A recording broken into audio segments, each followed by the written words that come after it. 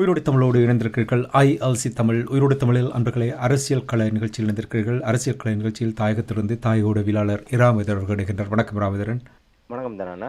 அன்புறவங்களுக்கு நேர வணக்கம். உங்களுக்கு வணக்கத்தை தெரிவித்துக் கொண்டு வளமையாக தாய அரசியலை நாங்கள் பார்ப்போம். இன்று தமிழக அரசியலை பார்க்கலாம். ஏனென்றால் நாளை தேர்தல் நடைபெற இருக்கின்றது, சட்டமன்ற தேர்தல் நடைபெற இருக்கின்றது. தமிழகத்தில் தேர்தல்கள் எல்லாம் பிரச்சார பணிகள் எல்லாம் ஓய்வு பெற்றுவிட்டது. இந்த நிலையில் அங்கே தேர்தல் தொடர்பாக கடந்த சில வாரங்களாக களகட்டி இருந்தது தமிழ்நாடு முழுவதும். இந்த நிலைமையில் இராமேந்திரன், தமிழகத்தில் அவ்வாறு நடப்பது நான் அதை புரிந்து கொள்கிறேன். என்றால் அவ்வளவு மக்கள் இருக்கிறார்கள், அவ்வாறான ஒரு பிரச்சார கூட்டங்கள் நடைபெற வேண்டும். ஆனால் தமிழர் தாயகத்தில் 2 நாட்களுக்கு முன்னதாக நாம் தமிழர் கட்சியின் ஆதரவாக சீமானவர்களுடைய பதாதைகள் கட்டப்பட்டிருந்தது. இந்த பதாதைகள் கட்டப்பட்ட தொடர்பாக நீங்கள் என்ன அறிகிறீர்கள் என்று உறவுகளுக்கு கூறுவீர்களா முதலில்? அப்போ நிச்சயமாக நாளைய தினம் தமிழக சட்டமன்றத்துக்கான தேர்தலுக்கான வாக்குப்பதிவு இடம்பெற இருக்கின்றது. அதற்கான முடிவுகள் மே மாதம் 6ஆம் தேதி வாக்கு எண்ணப்பட இருக்கின்றது. உண்மையில இந்திய தேர்தல் என்பது கொஞ்சம் விசித்திரமானது. இலங்கையை பொறுத்தவரையில தேர்தல் என்றாலே தேர்தல் என்று மாலை 5 மணியுடன் வாக்குப்பதிவு நிறைவு பெற்றால் உடனடியாகவே வாக்கு என்ற பணிகள் இடம்பெற்று பெரும்பாலும் நள்ளிரவு தாண்டுவதற்குள்ளாக ஓரளவு ஆரம்ப முடிவுகள் எல்லாம் வெளிவர தொடங்கி மறுநாள் காலையிலே ஓரளவு பெரும்பாலான நிலவரங்கள் தெரியக்கூடிய நிலைமை வந்துவிடும். ஆனால் இந்தியாவிலே கிட்டத்தட்ட பாருங்கள், மே மாதம் 6ஆம் தேதி தான் நாளைய தினம் 23ஆம் தேதி, மே மாதம் 6ஆம் தேதி தான் அதுக்கான முடிவுகள். ஏன்னால் அங்கே சில மாநிலங்களை சேர்த்து இந்த தேர்தல்கள் நடைபெறும். சில ஒவ்வொரு இடங்களிலே ஒவ்வொரு தேதியிலே தேர்தல்கள் இடம்பெற்று அனைத்துமே முடிவடைந்ததற்கு பிற்பாடு சகல இடங்களுக்குமாக சேர்த்து அந்த வாக்கு எண்ணுகின்ற பணி ஒரே நாளிலே இடம்பெறும். சில வேளை 1 மாதம் கூட காத்திருக்க வேண்டிய நிலைமை ஏற்படும். இது பரவாயில்லை. 23ஆம் தேதியிலிருந்து மே 6ஆம் தேதி என்ற அடிப்படையில் கிட்டத்தட்ட ஒரு 10 நாள், கிட்டத்தட்ட 10 நாள் கிட்டவாக அந்த இடைவெளி இருக்கின்றது. சில சந்தர்ப்பங்களிலே 1 மாதம் கூட வாக்குப்பதிவு செய்யப்பட்டு 1 மாதத்துக்கு பின்னர் தான் அந்த முடிவுகளுக்காக அந்த வாக்களித்த மக்களை காத்திருக்கின்ற நிலைமை இருந்தது. அந்த அளவிலே உண்மையிலே நாளைய தினம் இடம்பெறக்கூடிய அந்த தேர்தல் காலம் தமிழகம் நீங்கள் குறிப்பிட்டதை போன்று அது இந்திய ஒன்றியத்தில் இருக்கக்கூடிய இன்னொரு மாநிலமாக இருந்தாலும் ஈழத்தமிழ் மக்களுடைய தொப்புள் கொடி உறவாக இருக்கக்கூடிய எங்களுடைய தாய் தமிழ் உறவுகளுடைய நிலத்திலே நடைபெறுகின்ற தேர்தல் என்ற வகையிலும் எங்களுக்கும் தமிழகத்துக்கும் இடையே இருக்கக்கூடிய அந்த தொப்புள் கொடி உறவு அரசியல் ரீதியாகவும் கலை கலாச்சார பண்பாட்டு ரீதியாகவும் இருக்கக்கூடிய பிணைப்பு, இவ்வாறான நிலைமையில் அரசியல் ரீதியாக கூட இந்த தமிழ் தேசியம், தமிழகத்திலே இருக்கக்கூடிய தமிழ் தேசிய பரப்புகள் ஈழப் போராட்டத்தையும் ஈழத்தமிழர்களுடைய விடுதலையையும் ஈழத்தமிழர்களுக்கான நீதிக்கான போராட்டம், இப்படி சகல விடயங்களிலுமே அவர்கள் ஒரு தார்மீக ரீதியாக அவர்களுடைய ஆதரவு என்பது தொடர்ச்சியாக இருந்து வருகின்றது. ஆகவே இந்த பிணைப்பு தான் தமிழகத்திலே நடைபெறுகின்ற எந்த அரசியல் மாற்றங்களாக இருந்தாலும் இல்லை அரசியல் நிகழ்வுகளாக இருந்தாலும் அது ஈழத்தோடு உணர்வுபூர்வமாக தொடர்படுகின்ற ஒன்றாக இருக்கின்றது. அந்த வகையில் தான் இந்த தேர்தலிலே நாம் தமிழர் கட்சிக்கு ஆதரவாக தமிழர் தாயகத்திலே பரவலாக அந்த பதாகைகள் கட்டப்பட்டுள்ளது. இதற்கு முன்னர் பார்த்தீங்கன்னா கடந்த தை மாதம் பல்லட்டுத்துறையிலே அந்த ஒரு பிரம்மாண்டமான விவசாய சின்னம் ஒரு பட்டம் பறக்க விடப்பட்டது வெள்ளடுத்துறையிலே. அதே போன்று நடிகர் விஜய் அவர்களுடைய கட்சியினுடைய கொடி இங்கே பட்டமாக பறக்க விடப்பட்டது. இப்படி முன்னரே அந்த தேர்தல் அறிவிக்கப்படுவதற்கு முன்னரே தமிழர் தாயகத்திலே தங்களுக்கு ஆதரவான தரப்பினருடைய அவர்களுக்கு ஆதரவு தெரிவிக்கக்கூடிய வகையில் இவ்வாறான செயல்பாடுகள் முன்னெடுக்கப்பட்டது. இந்த நிலையில் தான் தேர்தல் மிக நெருக்கமாக இருக்கக்கூடிய வகையிலே நேற்றைய தினம் பரப்புரைகள் முற்றுமுழுதாக ஓய்ந்திருக்கக்கூடிய நிலைமையிலே இந்த நடவடிக்கை முன்னெடுக்கப்பட்டிருக்கின்றது. முதலிலே நல்லூர் ஆலய சூழலிலே இவ்வாறான பதாகை கட்டப்பட்டிருந்தது. நாம் தமிழர் கட்சி தலைவர் சீமான் அவர்களுடைய முழு உருவப்படம் தாங்கியதாக அவர்களுக்கு வாழ்த்து தெரிவிக்கின்ற வகையிலே கீழே அஜித் மற்றும் ரஜினி ரசிகர்கள் என்ற அடிப்படையிலே அந்த பதாகை கட்டப்பட்டிருந்தது. ஏன்னா விஜய் அவர்கள் தனியாக அரசியல் கட்சி தொடங்கியதன் காரணமாக ஈழத்தில் இருக்கக்கூடிய அந்த சினி திரை ரசிகர்கள் மத்தியிலே ஒரு பிளவு நிலை இருப்பதை காணலாம். விஜய் ரசிகர்கள் நேரடியாக விஜயனுடைய கட்சியையும் அந்த விஜயை போட்டியாக பார்க்கக்கூடிய தரப்பாக அஜித்துக்கும் விஜய்க்கும் இடையே நேரடியான ஒரு சினிமாவிலே ஒரு ஆரோக்கியமான மோதல் இருக்கின்றது. அது ரசிகர் மத்தியிலும் அது ஒரு மிகப்பெரிய ஒரு பிளவு நிலை காணப்படுகின்றது. அதாவது இருவரும் இருதுருவப்பட்ட நிலைமையிலே அந்த தங்களுடைய த ஆதர்ச நாயகனை கொண்டாடுகின்ற போக்கு இருக்கின்றது. ஆக விஜய் இப்போது அரசியலில் வந்த காரணத்தினால் அஜித் ரசிகர்களும் ரஜினி ரசிகர்களும் இணைந்து சீமான் அவர்களுக்கு ஆதரவாக நல்லூரிலே பதாகையை கட்டியிருந்தார்கள். அதற்கு பின்னர் நேற்று முன்தினம் இரவு யாழ் குடாநாட்டினுடைய குறிப்பாக யாழ் நகரம் மற்றும் அதை அண்டிய பகுதிகளிலே பரவலாக சீமானவர்களுடைய ஒரு எழுச்சிகரமான உருவப்படம் தாங்கியதான பதாகைகள் பரவலாக எல்லா இடமும் கட்டப்பட்டிருந்தது. குறிப்பாக யாழ் மத்திய பேருந்து நிலையம், மாவட்ட செயலகம், யாழ் பொது நூலகம் மற்றும் யாழ் நகர்பகுதியினுடைய முக்கிய வீதிகள், திருநெல்வேலி சந்தி உள்ளிட்ட பல்வேறு இடங்களில் நினைக்கிறேன் ஒரு 15க்கும் மேற்பட்ட இடங்களிலே ஈழத்தமிழர்கள் சார்பாக நாம் தமிழர் கட்சி மற்றும் சீமானவர்களுடைய வெற்றிக்கு ஆதரவு தெரிவிக்கின்ற வகையிலே இந்த பதாகைகள் காட்சிப்படுத்தப்பட்டிருந்தது. நேற்றைய தினமும் அதே போன்று வவுனியாவிலும் நாம் தமிழர் கட்சியினுடைய தலைவர் சீமான் அவர்களுடைய உருவப்படம் தாங்கியதான பதாகை அங்கே காட்சிப்படுத்தப்பட்டிருக்கின்றது. ஆகவே ஒரு தொடர்ச்சியாகவே இன அழிப்பு இடம்பெற்ற காலத்திலிருந்து ஈழத்தமிழ் மக்களுடைய உரிமைக்காக தொடர்ந்தும் குரல் எழுப்பி வருகின்ற அந்த ஈழப் போராட்டத்தை வெளிப்படையாக ஆதரித்து நிற்கக்கூடிய தலைவராக பார்க்கப்படுகின்ற நாம் தமிழர் கட்சியினுடைய தலைவர் சீமான் அவர்களுக்கு இவ்வாறான ஒரு ஈர்ப்பு ஈழத்தில் இருப்பது என்பது ஆச்சரியப்படுவது ஒன்றல்ல. ஆக அந்த வகையிலே இந்த பதாகைகள் ஈழத்திலே பல்வேறு பகுதிகளிலே கட்டப்பட்டிருக்கின்றன. நீங்கள் இந்த விடயங்களை கூறிக்கொண்டிருக்கும் பொழுது நான் யோசித்து கொண்டிருந்தேன். அதாவது இந்த தேர்தல், சட்டமன்ற தேர்தல் தமிழகத்தில் இந்தியாவில் நடைபெறுகிறது. இந்தியாவில் நடைபெறுகின்ற தேர்தலுக்கு தமிழர் தாயகத்தில் நல்லூரிலும் இந்த பகுதிகளில் சீமானவர்களுடைய பதாதைகளை கட்டுவது எனக்கு நோக்கத்துக்காக அதை கட்டுகிறார் என்று எனக்கு புரியவில்லை. நீங்களானது எனக்கு ஒரு தெளிவு தர வேண்டும். ஏன் நான் அதை கூறுகிறேன் என்றால், உங்களுக்கு தெரியும், இந்த புலனாய்வு தொந்தரவுகள் இருந்து கொண்டே தான் இருக்கும். சீமான் தொடர்பாக என்று சொல்லும் பொழுது அந்த அச்சுறுத்தல் இருந்து கொண்டே இருக்கும். என்ன காரணத்துக்காக இந்த இவ்வாறான ஒரு நிலைமை ஏற்பட்டிருந்தது? நீங்கள் கேட்பதில் ஆச்சரியப்படுவதற்கு இல்லை என்றால், உண்மையிலே இலங்கையை பொறுத்தவரையில சீமான் அவர்களுடனான உறவு தொடர்பு என்பது நிச்சயமாக ஒரு பயங்கரவாத கண்ணோட்டத்தோடு அணுகக்கூடிய வகையிலான பின்புலம் தான் காணப்படுகின்றது. ஏனென்றால் சீமான் அவர்கள் கட்சி ஆரம்பிப்பதற்கு முன்பிருந்து கட்சி ஆரம்பித்து தற்போது வரை தமிழீழ தேசிய தலைவர் மேதகவே பிரபாகரன் அவர்களை தன்னுடைய தலைவனாக ஆணித்தரமாக முன்னிறுத்தி அவருடைய ஒவ்வொரு பொதுக்கூட்டங்கள் எதுவாக இருந்தாலும் மிக பிரமாண்டமாக தேசிய தலைவருடைய பதாகைகளை காட்சிப்படுத்தி கொண்டு தன்னுடைய அண்ணன் என்கின்ற உரிமையோடு தேசிய தலைவரை தமிழக மேடைகளிலும் தமிழக அரசியல் களங்களிலுமே வெளிப்படுத்தி வருகின்ற ஒருவர். அது மாத்திரமல்லாமல் எங்களுடைய தேசிய கொடியாக இருக்கக்கூடிய புலிக்கொடிக்கு ஒத்ததாக அந்த தங்களுடைய கட்சி கொடியை வடிவமைத்து அந்த புலிக்கொடி மற்றும் தலைவருடைய புகைப்படங்கள் தாங்கியதாக நாம் தமிழர் கட்சியினுடைய செயல்பாடுகளை தொடர்ச்சியாக முன்னெடுத்து வருவதன் காரணமாக சீமானவர்கள் மற்ற ஒரு தீவிர தமிழ் தேசியத்தை வெளிப்படுத்தி வருபவர். ஒரு நேரடியாகவே தமிழர்களுடைய அந்த ஆயுத போராட்டத்தையும் தமிழர்களுக்கு விடுதலை போராட்டத்தையும் தமிழர்களுக்காக ஒரு மிக தீவிரமாக குரல் கொடுக்கக்கூடிய ஒருவராகவும் அவர் தன்னை வெளிப்படுத்தி வருகின்றார். ஆகவே சீமான் அவர்களோடு தொடர்பட்டாலே நீங்கள் கருதுவதை போன்று இலங்கையிலே புலனாய்வு ரீதியான அச்சுறுத்தல் நெருக்கடிகள் என்பது எவ்வாறு இங்கே பயங்கரவாத தடை சட்டத்தின் கீழ் ஒவ்வொரு ஈழத்தமிழர்கள் மாவீர நாள் உள்ளிட்ட பல்வேறு நாட்களிலே நெருக்கடிகளுக்கு முகம் கொடுப்பார்களோ அதே போன்ற ஒரு நெருக்கடிக்கு முகம் கொடுக்கக்கூடிய நிலைமை இப்போதும் இருக்கின்றது என்பது மறுப்பதற்கு இல்லை. ஆனால் அதையும் கடந்து இன்று இவ்வாறான ஆதரவு நிலை வெளிப்பட்டிருக்கின்றது என்று சொன்னால் உண்மையில ஒரு கைமாறாகத்தான் நான் கருதுகின்றேன். ஏனால் இன்றும் உங்களுக்கு தெரியும், நாங்கள் எங்களுடைய குரல் வளை நசிக்கப்பட்டவர்களாகத்தான் இருக்கின்றோம். இப்போது நான் கூட உங்களோடு கதைத்து கொண்டிருக்கின்ற போது கூட ஓரளவு சிந்தித்துத்தான் வார்த்தைகளை வடிகட்டித்தான் இதிலே நாங்கள் கதைக்க வேண்டிய ஒரு நிலைமையில இருக்கின்றது என்றால் அதுதான் இங்கே இருக்கின்ற நிலைமை. இப்ப நான் இலங்கையை விட்டு கடல் கடந்து நான் ஒரு ஐரோப்பிய தேசத்திலோ இல்லை வேறொரு தேசத்துல இருப்பினாக இருந்தால் என்னுடைய வெளிப்பாடு என்பது வேறு விதமாக இருக்கும்.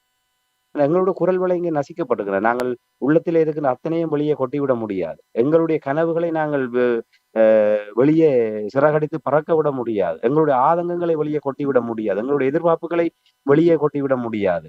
இல்ல எங்களுடைய விருப்பங்களை வெளியே நாங்கள் வெளிப்படுத்தி விட முடியாது. ஆகவே இலங்கையிலே இப்போதும் அடிக்கடி நாங்கள் கூறுவதைப் போன்று, இப்ப புலனாய்வாளர்களுடைய கைகள் அ கட்டப்பட்டிருக்கின்றதே தவிர, கண்கள் திறந்த நிலையில் தான் இருக்கின்றது. அவர்கள் அந்த திறந்த கண்களினூடாக சகல விடயங்களையும் அவதானித்துக் கொண்டு தான் இருக்கின்றார்கள்.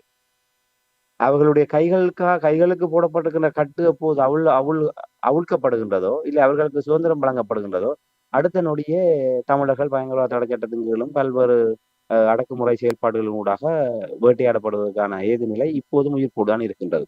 ஆகவே அப்படிப்பட்ட நிலையிலும் சீமானவர்களுக்கு ஆதரவாக இந்த விடயம் என்பது இதெல்லாம் ஒரு குறியீடு தான். நீங்க லண்டனிலே பாருங்கள். லண்டனிலே பிரதமர் அலுவலகத்துக்கு முன்பாக அந்த விவசாயி சின்னத்தோடு, நாம் தமிழர் கட்சியினுடைய விவசாயி சின்னத்தோடு பெருந்திரள் ஆயிரக்கணக்கானவர்கள் அங்கே ஒரு ஒரு அடையாள அணிவகுப்பு செய்திருந்தார்கள். லண்டனிலே அவ்வாறு செய்ததனூடாக ஒரு கவன ஈர்ப்பு. அப்ப தமிழக ஊடகங்கள், தமிழக பத்திரிகைகள் இதை அடுத்த நாள் முதன்மை பக்கத்திலே அந்த தேர்தல் செய்திகளாக அவர்கள் வெளியிடுவதற்கான வாய்ப்புகள் இருக்கின்றது. நாம் தமிழர் கட்சிக்கு லண்டனிலே லண்டன் பிரித்தானிய தலைநகர் லண்டனிலே குறிப்பாக பிரதமர் அலுவலகத்துக்கு முன்பாக ஒரு கவனஈர்ப்பு இடம்பெற்றது. தமிழர் தாயகத்திலே யாழ்ப்பாணம், வவுனியா உள்ளிட்ட இடங்களிலே சீமானுக்கு ஆதரவாக பதாகைகள் வைக்கப்பட்டது. இந்த விடயங்கள் அங்கே செல்கின்ற போது, அங்கே அவர்களுக்கு கடல் கடந்து ஆதரவு பெற்றவர்கள் என்கின்ற ஒரு நிலை இவர்களுக்கு ஏற்படுத்தப்படும். அது ஒரு ஒரு ஒரு பரப்புரை ரீதியாக அது ஒரு அ முன்னேற்றகரமான நடவடிக்கையாக பார்க்கப்படுது. அதை விட ஈழத்தமிழர்களை பொறுத்தவரையிலே, இந்த நேரத்திலே தங்களோட உணர்வுகளை வெளிப்படுத்தாது பேர்ந்தபடி வெளிப்படுத்துவது. ஒரு சினிமா ரசிகனாக இருந்தால், தங்களுக்கு விருப்பமான ஒரு கதாநாயகனுடைய திரைப்படம் வருகின்ற ஒவ்வொரு தருணத்திலும் அவர்கள் தங்களை வெளிப்படுத்த முடியும். அந்த முதல் காட்சி வருகின்ற போது அங்கே போய் நிற்பது, அந்த கட்டவுட்டுக்கு பாலாபிஷேகம் செய்வது, இல்லை பட்டாசு கொளுத்துவது, இல்லை அவர் அந்த அந்த அந்த திரைப்படத்திலே கதாநாயகன் எவ்வாறு தோற்றமளிப்பாரோ அதே போன்று தங்களை மாற்றிக்கொள்வது. அப்படி பல விடயங்களை செய்வார்கள். அந்த தங்களுடைய தங்களை வெளிப்படுத்துவதற்காக, தங்களுடைய ஆதரவையும், தங்களுடைய ஈடுபாட்டையும், அதன் மீதான ஈடுபாட்டையும் வெளிப்படுத்துவதற்கு அவ்வாறு செய்வார்கள். ஆனா சீமானவர்கள் மீது பற்று கொண்டவர்கள், இல்ல சீமானவர்கள் மீதான அங்கீகாரம், இல்ல சீமானவர்களுடைய வளர்ச்சி என்பது ஏதோ ஒரு விதத்திலே எங்களுக்கு பயனுள்ளதாக இருக்கும். எங்களுக்கு ஏதாவது ஒரு ஆறுதலா இருக்கும். இல்ல எங்களுக்காக இத்தனை ஆண்டுகளாக ஈழத்தமிழர்களுடைய விடுதலைக்காகவும் போராடிக் கொண்டிருக்கின்ற, இல்ல இந்திய ஒன்றியத்திலே தடை செய்யப்பட்டிருக்கின்ற அந்த தலைவர் பிரபாகரன் அவர்களுடைய படத்தையும், எங்களுடைய புலிக்கொடியையும் அவர் அங்கே பகிரங்கமாக பொது வழியிலே பயன்படுத்துகின்றார். அப்படிப்பட்ட ஒருவர் அரசியல் ரீதியாக அங்கீகாரம் பெற்று வெற்றி பெறுவதென்பது, அது எங்களுடைய வெற்றியாக கருதக்கூடிய ஒரு நிலைமை ஒரு கணிசமான ஈழத்தமிழர்கள் இருக்குது என்பதை நாங்கள் மறந்துவிட முடியாது. ஆக அதனுடைய வெளிப்பாடுகளாகத்தான் நான் இதை பார்க்கின்றேன். ஆக இது ஒரு ஒரு சில விடயங்கள் என்னதான் அச்சுறுத்தல்கள், அடக்குமுறைகள் இருந்தாலும், அதை மீறி வெளிப்படுகின்ற தருணங்கள் இருக்கின்றது. அப்படியான ஒரு தருணமாகத்தான் நான் இதை பார்க்கின்றேன். நீங்கள் கேட்டதற்கு நான் இன்னொரு உதாரணத்தை சொல்ல முடியும். நான் 2007, 2008 காலப்பகுதிகளில் எல்லாம் தமிழகத்தில இருந்தபோது, அ அப்போது வலசரவாக்கத்திலே கேசவர்த்தனி அந்த தெருவிலே தான் சீமான் அவர்களுடைய வீடு இருந்தது. அப்போது சீமான் அவர்களுடைய வீட்டுக்கு முன்பாக இலங்கையினுடைய புலனாய்வுத்துறை, இந்திய புலனாய்வுத்துறையை விட இலங்கையினுடைய புலனாய்வாளர்கள் அங்கே வட்டமிட்டு வந்ததாக அறிந்து கொள்ளக்கூடியதாக இருந்தது.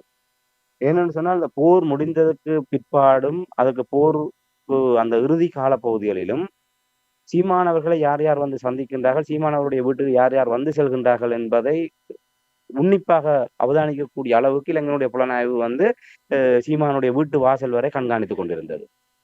அவர்கள் ஜாசகர்களைப் போன்றும் இரவிரவாக அங்கே படுத்திருப்பார்கள். அந்த அவருடைய வீட்டுக்கு வருகின்ற சந்திகளிலே, அந்த வீதிகளுக்கு வருகின்ற இடங்களிலே எல்லாம் அவர்கள் படுத்திருப்பார்கள். அவ்வாறு அவர்கள் அங்கே முகவர்களை வைத்துக்கொண்டு அந்த விடயங்களை திரட்டினார்கள். அங்கே தமிழ்நாட்டுக்கு 2009, 10, 11 அந்த காலப்பகுதிகளில் எல்லாம் இலங்கையிலே இருந்து தமிழ்நாட்டுக்கு சென்று திரும்புபவர்களை எல்லாம் விமான நிலையங்களிலே விசாரணை நடத்தி இருக்கின்றார்கள். சீமானை பார்த்தீர்களா? சீமான் தொடர்பான கேள்விகளை எல்லாம் எழுப்பி இருக்கின்றார்கள். அவ்வாறு சீமானை சந்தித்துவிட்டு அந்த புகைப்படங்களை வெளிப்படுத்தியவர்கள் எல்லாம் இங்கே விசாரணைக்கு உட்படுத்தப்பட்டிருக்கிறார்கள். ஆகவே இதெல்லாம் ஏன் சொல்கின்றோம்னு சொன்னால், இலங்கையினுடைய பார்வையிலே சீமான் அவர்கள் ஒரு ஈழ விடுதலை போராட்டத்தை அடுத்த கட்டத்துக்கு நகர்த்தக்கூடியவராகவோ, இல்லை அதை அந்த ஈழத்தமிழர்களுடைய மனங்களிலே அந்த போராட்ட நெருப்பை இன்னும் எரிய வைக்கக்கூடிய, உத்வேகம் அளிக்கக்கூடிய ஒருவராகவோ தான் அவர்கள் பார்க்கின்றார்கள். ஆகவே ஆயுதங்கள் மௌனிக்கப்பட்டாலும் அந்த தமிழ் மக்களுடைய அந்த உரிமைக்கான போராட்டமாக இருக்கட்டும், நீதிக்கான போராட்டமாக இருக்கட்டும், அரசியல் போராட்டமாக இருக்கட்டும், எந்த வடிவமாக இருந்தாலும் அவர்களுக்கு உத்வேகம் அளிக்கக்கூடிய ஒரு பாரிய ஒரு சக்தியாக சீமான் அவர்கள் திகழ்ந்து கொண்டிருக்கின்றார். ஆகவே சீமான் அவர்கள் வந்து தமிழர்களுடைய மீளெழுச்சியினுடைய ஒரு ஒரு அத்திவாரமாக அவர்கள் பார்க்கின்றார்கள், பார்த்து வருகின்றார்கள். ஆகவே அந்த அடிப்படையில இப்போதும் அந்த ஒரு அச்சுறுத்தல் நிலை என்பது இங்கு இருக்கின்றது. அதையும் கடந்து இந்த பதாகைகள் கட்டப்பட்ட விடயம் என்பது அந்த அடக்குமுறைகளுக்கு மத்தியிலும் தங்களுடைய ஆதரவை காட்டுகின்ற ஒரு வெளிப்பாடாகத்தான் நாங்கள் இதை பார்க்க முடியும். நீங்கள் கூறும்பொழுது நான் புரிந்து கொள்கிறேன். அதாவது சீமான் அவர்களுடைய ஈடுபாடு ஈழத்தமிழர்களுடைய விவகாரத்தில் இப்படி ஒரு தேர்தல் நடந்து கொண்டிருக்கும் பொழுது அது இயல்பாகவே அது சிந்திக்காமலே சில வேளைகளில் அப்படி செய்கின்ற ஒரு தன்மை இருப்பதை நாங்கள் சில இடங்களில் பார்த்திருக்கின்றோம். நீங்கள் கூறியது எனக்கு ஒரு தெளிவை தருகிறது. சரி, நீங்கள் சீமான் தொடர்பாக கூறும்பொழுது இனி விஜய் மற்றும் திராவிட முன்னேற்றக் கழகம், அண்ணா திராவிட முன்னேற்றக் கழகம், ஏனைய கட்சிகள் எல்லாம் பெரிய ஒரு பரப்புரையில் ஈடுபட்டிருந்தார்கள். கடந்த 4 வாரங்களாக எத்தனையோ கூட்டங்கள் எல்லாம் நடைபெற்றது. இந்த நாளை நடைபெறப்போ ஒன்று இந்த சட்டமன்ற தேர்தல் பிரச்சாரம் முடிவுக்கு வந்துவிட்டது. பரப்புரை பிரச்சாரங்கள் எல்லாம் முடிவுக்கு வந்தது. என்ன நிலவரம் என்றதை நீங்களால் அறியக்கூடியதாக இருந்ததா? நிச்சயமாக தமிழக தேர்தல் களத்தை பொறுத்தவரையிலே ஒரு 4 முனை போட்டியாக இப்போது காணப்படுகின்றது. தற்போது ஆட்சியிலே இருக்கக்கூடிய மு.க. ஸ்டாலின் தலைமையிலான திராவிட முன்னேற்ற கழக கூட்டணி, அதிலே நான் நினைக்கிறேன் 20க்கும் மேற்பட்ட கட்சிகள் அந்த கூட்டணியில் அங்கம் வகிக்கின்றன. பிரதானமாக திராவிட முன்னேற்ற கழகம், தேசிய கட்சியாக காங்கிரஸ் கட்சி, அது எப்போதுமே ஒரு இன அழிப்பு இடம்பெற்ற காலத்திலிருந்து திராவிட முன்னேற்ற கழகம் காங்கிரஸ் தலைமையிலான ஒரு கூட்டணி தான் அங்கே இடம்பெற்று வருகின்றது. அந்த வகையிலே திராவிட முன்னேற்ற கழகம் மாநில கட்சியாகவும் தேசிய கட்சியாக காங்கிரஸ் கட்சியும் இருக்கின்றது. அதே போன்று இடதுசாரி கட்சிகள் திராவிட முன்னேற்ற கழக கூட்டணியிலே அங்கம் வகிக்கின்றன. அதே போன்று அண்ணன் வைகோ அவர்கள் தலைமையிலான மறுமலர்ச்சி திராவிட முன்னேற்ற கழகம் மற்றும் விடுதலை சிறுத்தைகள், திருமாவளவன் அவர்கள் தலைமையிலான விடுதலை சிறுத்தைகள் கட்சி, அதே போன்று மிக அண்மையிலே விஜயகாந்த் அவர்களுடைய தேமுதிக, தேசிய திராவிட முற்போக்கு கழகம் என்று சொல்லக்கூடிய தேமுதிகவும் அதிலே திராவிட முன்னேற்ற கழகத்தில் இணைந்திருக்கின்றது. அதே போன்று இன்னபிற முஸ்லிம் கட்சிகள் அதிலே இருக்கின்றன. அப்படி ஒரு 20க்கும் மேற்பட்ட கட்சிகள் உள்ளடக்கியாக திராவிட முன்னேற்ற கழகம் வந்து ஒரு கூட்டணியாக போட்டியிடுகின்றது.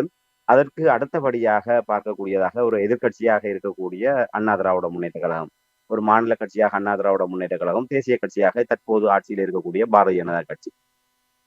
அந்த கூட்டணியிலே ஒரு கணிசமான கட்சிகள் என்றால் அது மிகப்பெரிய ஒரு எதிர்பார்ப்புகளுக்கு மத்தியிலே கட்சிகள் அந்த அணியா இந்த அணியா என்ற இழுபறிக்கு மத்தியிலே ஓரளவு சில தரப்புகளை அங்கே அவர்கள் தக்க வைத்திருக்கின்றார்கள். குறிப்பாக பாட்டாளி மக்கள் கட்சி, அன்புமணி ராமதாஸ் தலைமையிலான பாட்டாளி மக்கள் கட்சி அதிலே இணைந்திருக்கின்றது. அதே போன்று டிடிவி தினகரன் தலைமையிலான கட்சியும் அந்த கூட்டணியிலே இருக்கின்றது. அப்படி சில கட்சிகளை பெரிய அளவிலே தமிழகம் தழுவியதாக ஒரு வலுவான வாக்கு வங்கியை கொண்டிருக்கக்கூடியதாக அல்லாமல் ஒரு சாதி ரீதியாகவும் இல்லை ஒரு ஒரு பிராந்திய ரீதியான ஒரு செல்வாக்கு மிக்க தரப்புகளை இணைத்துக் கொண்டு அண்ணா திராவிட முன்னேற்ற கழக தேசிய ஜனநாயக கூட்டணி என்ற பெயரிலே அவர்கள் ஒரு கூட்டணியாக இருக்கின்றார்கள். ஆக அவர்கள் இரண்டாவது நிலையிலே பார்க்கப்படுகின்றார்கள். அதாவது கட்சிகள் என்ற அடிப்படையிலே பார்க்கப்படுகின்றார்கள்.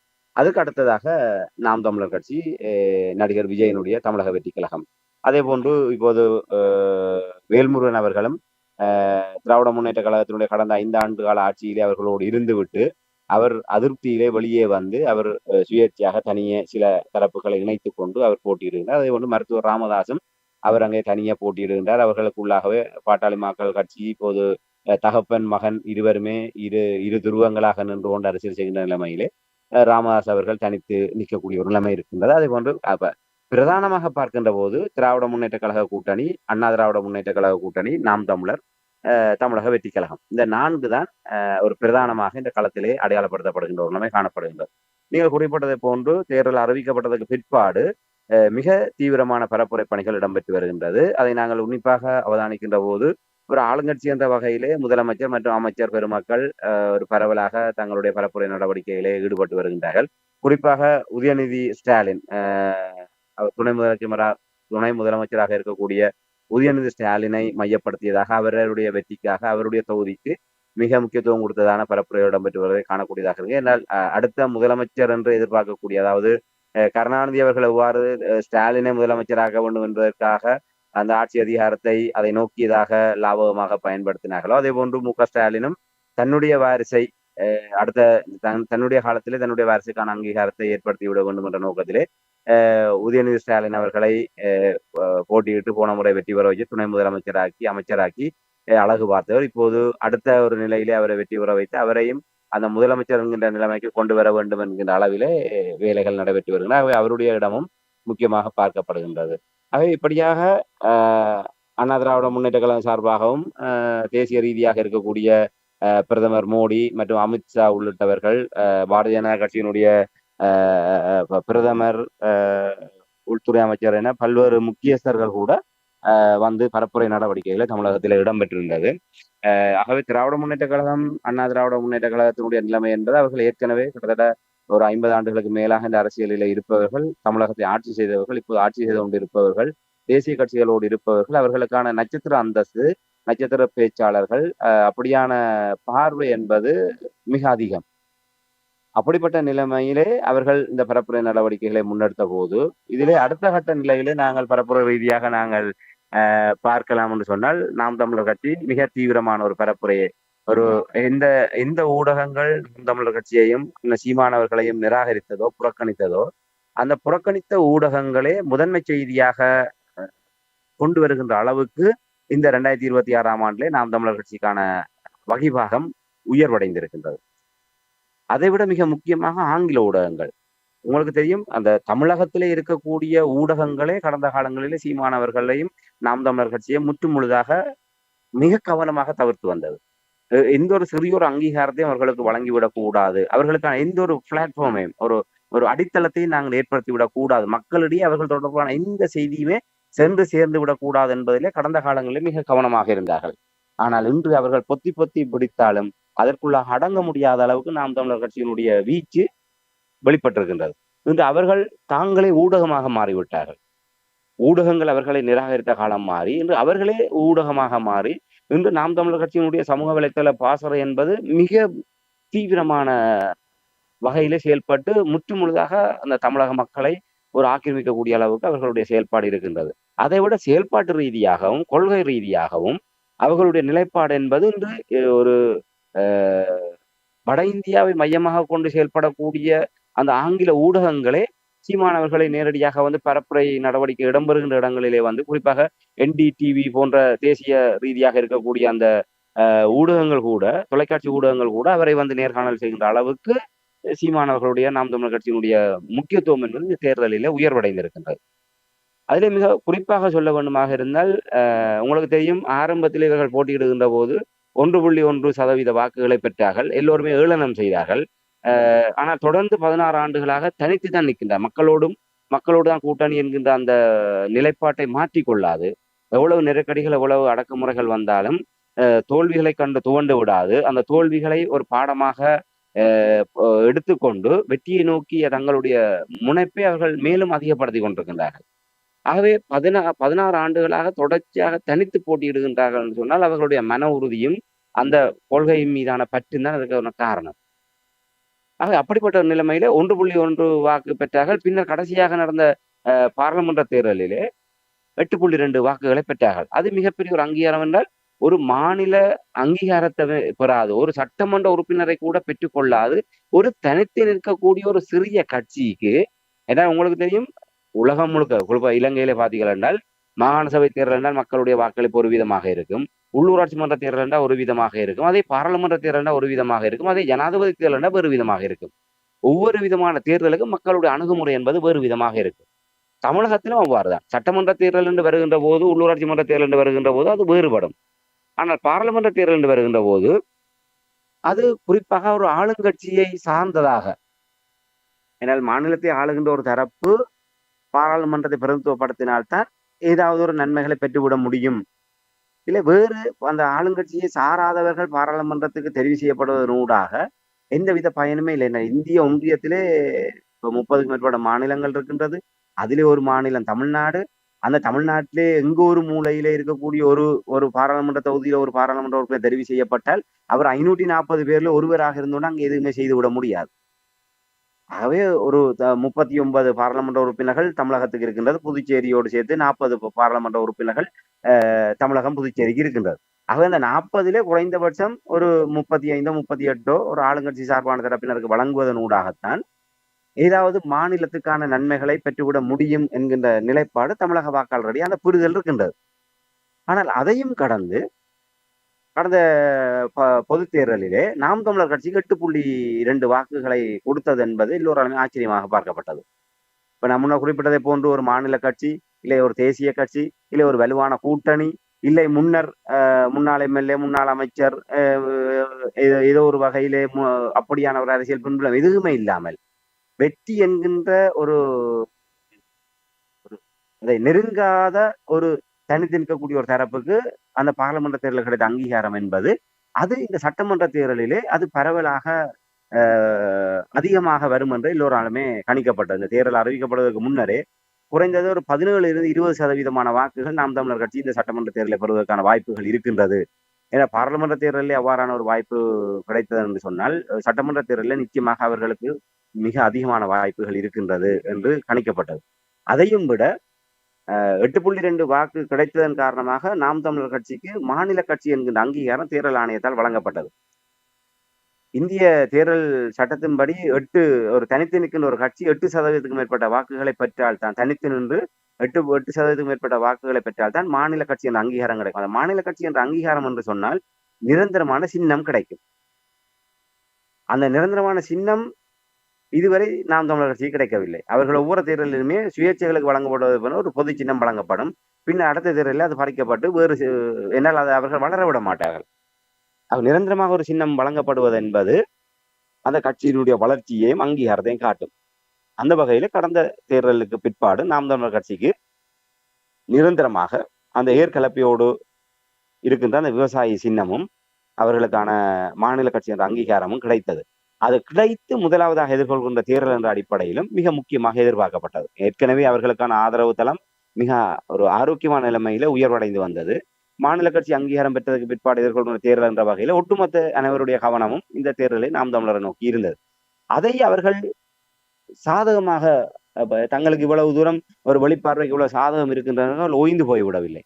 மிக தீவிரமாக களப்பணியாற்றினார்கள். இன்று தேர்தல் அறிவிக்கப்பட்ட கடந்த மார்ச் மாதம் 23ஆம் தேதி தேர்தல் அறிவிக்கப்பட்ட நாளிலிருந்து நேற்றைய தினம் பரப்புரை முடிவடைந்த ஏப்ரல் 21ஆம் தேதி பிற்பகல் 6 மணி வரை மிக ஒரு நாளிலே 3 மணி நேரம் தான் சீமானவர்கள் தூங்கியதாக சொல்கின்றார், ஓய்வெடுத்ததாக. மிகுதி 21 மணி நேரமும் பரப்புரை நடவடிக்கை, அந்த பரப்புரைக்கு பின்னரான அடுத்த நாளுக்கான தயார்படுத்தல்கள், மற்ற ஊடக பரப்புரைகள் உள்ளிட்ட மற்ற ஏனைய விடயங்கள், கட்சியினருடைய ஏனைய நிர்வாகிகளுடான கலந்துரையாடல்கள், அவர்களை ஊக்குவிப்பது, அடுத்த திட்டமிடல்கள் என கிட்டத்தட்ட ஒரு நாளிலே 21 மணத்தியாலங்கள் அவர் தன்னுடைய பரப்புரைக்காக செலவழித்திருக்கின்றார். கிட்டத்தட்ட 28, 29 நாட்கள் தூக்கமே இல்லாமல் இந்த கோடை வெயில் தகித்து கொண்டிருக்கின்றது.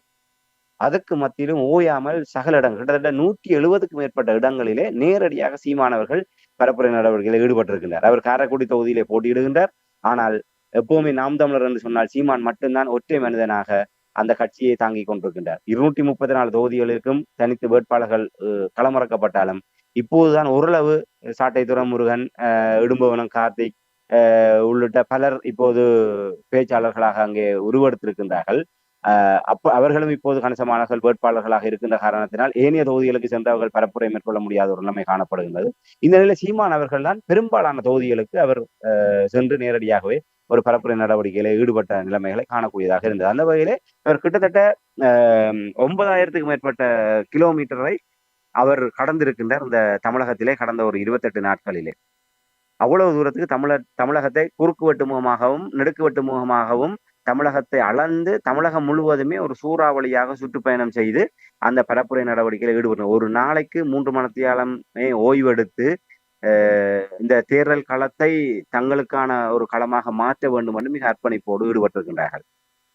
அதே நேரத்தில் இறுதியாக வருகின்ற தகவல் அடிப்படையிலே இப்ப காரைக்குடி தொகுதியிலே இப்ப நாம் தமிழரை பொறுத்தவரையில் எப்படியாவது ஒரு இந்த தேர்தலிலே இந்த மாநில கட்சி என்ற அங்கீகாரம் பெற்றதன் காரணமாக இப்ப குறைந்தபட்சம் தனியாக நின்று அதை தக்க வைத்தாலே மிகப்பெரிய சாதனை.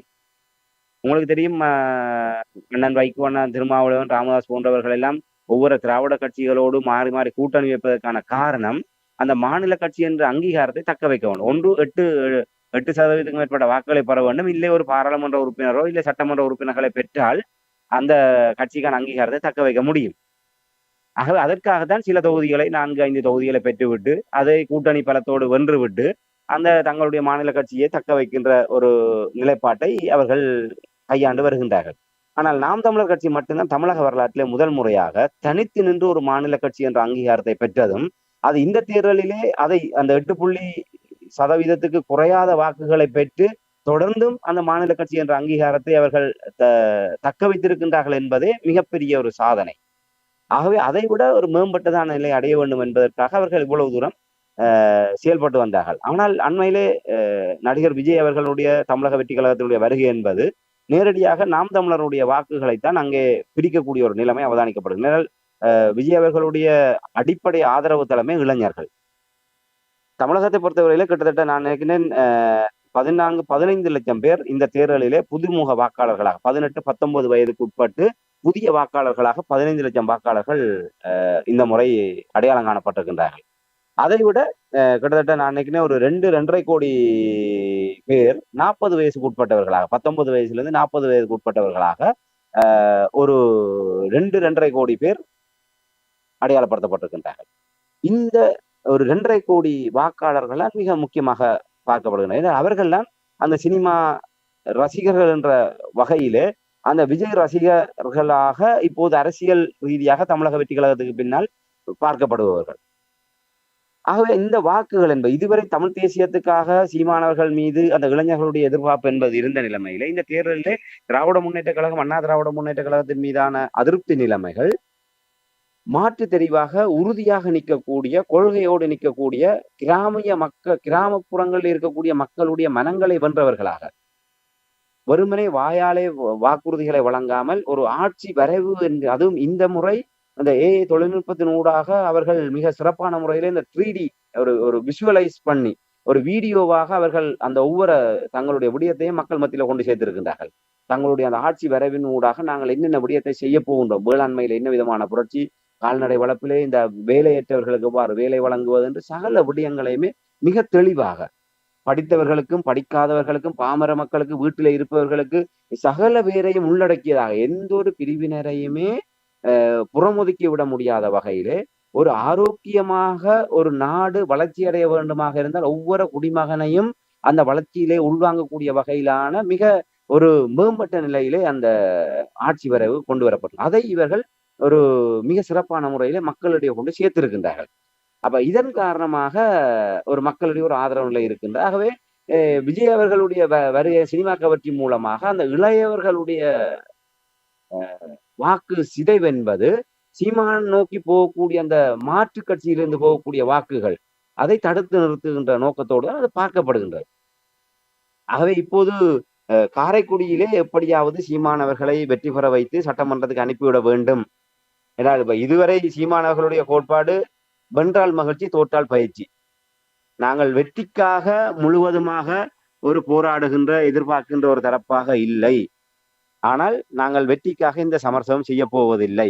வென்றால் மகிழ்ச்சி, தோற்றால் பயிற்சி என்ற அடிப்படையில் அவர்கள் தொடர்ச்சியாக அந்த வெற்றிக்கு தங்களை அர்ப்பணித்துக் கொண்டிருப்பவர்கள். ஆனால் இந்த தேர்தலிலே எப்படியாவது சீமானவர்கள், ஏன்னால் இது ஒரு மிக முக்கியமான தேர்தலாக பார்க்கப்படுகின்றது. அதாவது சீமானவர்களை எப்படியாவது அவரையாவது வெற்றி பெற வைத்து அனுப்ப வேண்டும் என்று காரைக்குடி தொகுதியை கிட்டத்தட்ட 4 நாட்கள் அவர்கள் ஒட்டுமொத்தமாக மாநிலத்தில் இருக்கக்கூடிய நாம் தமிழருடைய முக்கியஸ்தர்கள், புலம்பெயர் தேசத்திலிருந்து வருகை தந்திருக்கின்றவர்கள் பலர் அங்கே காரைக்குடியை முற்றுகையிட்டு காரைக்குடியில சீமானவர்களுக்கு ஆதரவாக மிக தீவிரமான பரப்புரை முன்னெடுக்கப்பட்டது.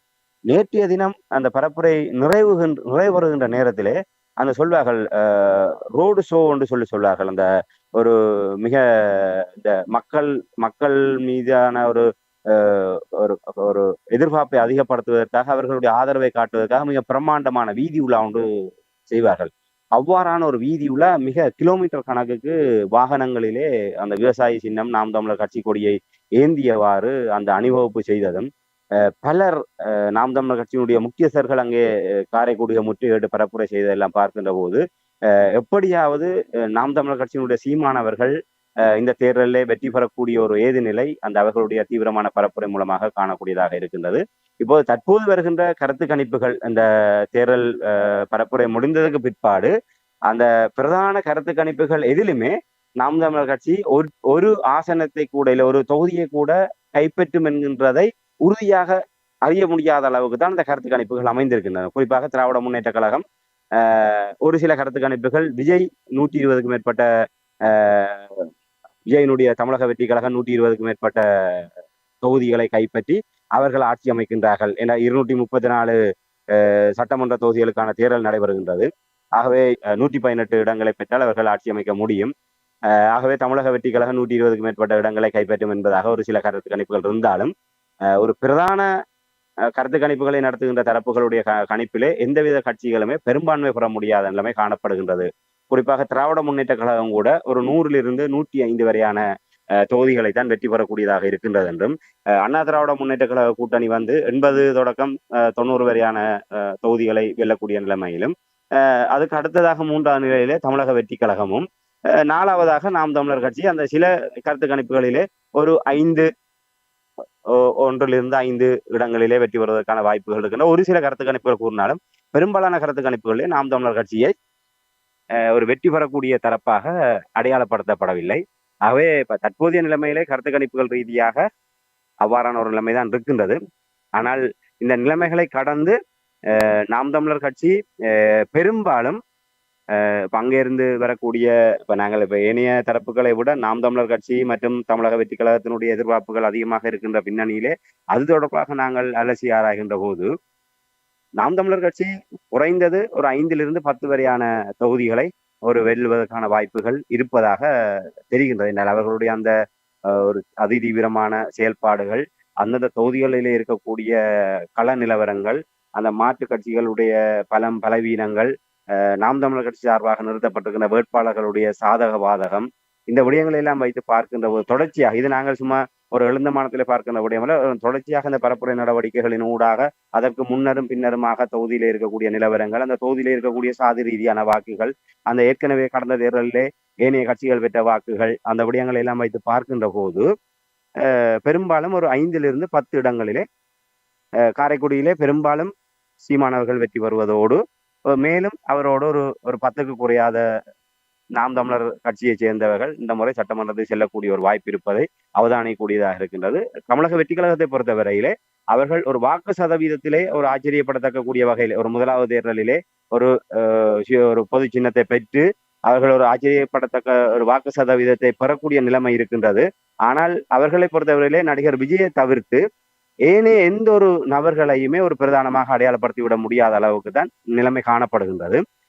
அப்படிப்பட்ட நிலைமையிலே அவர்கள் ஒரு 2வது நிலையிலே நாம் தமிழர் கட்சி வரக்கூடிய பல தொகுதிகளிலே நாம் தமிழர்களுடைய வெற்றியை பாதிக்கக்கூடிய ஒரு தரப்பாக விஜய் தரப்பு மாறக்கூடிய ஒரு நிலைமை இருக்கின்றது. ஆகவே விஜய் தரப்பிலும் ஒரு சில இடங்களிலே வெற்றி பெறக்கூடிய ஒரு நிலைமை தான் இருக்கின்றது. தமிழக தேர்தலை பொறுத்த இலங்கை போன்ற தேர்தல் நிலவரம் இல்லை. அந்த விகிதாசார பிரதிநிதித்துவத்தோட ஒரு 50 வாக்குகளை பெற்றவர்கள் கூட ஒரு உறுப்பினர்களை பெற்றுக்கொண்டு உள்ளூராட்சி மன்றத்துக்கு செல்ல முடியும்.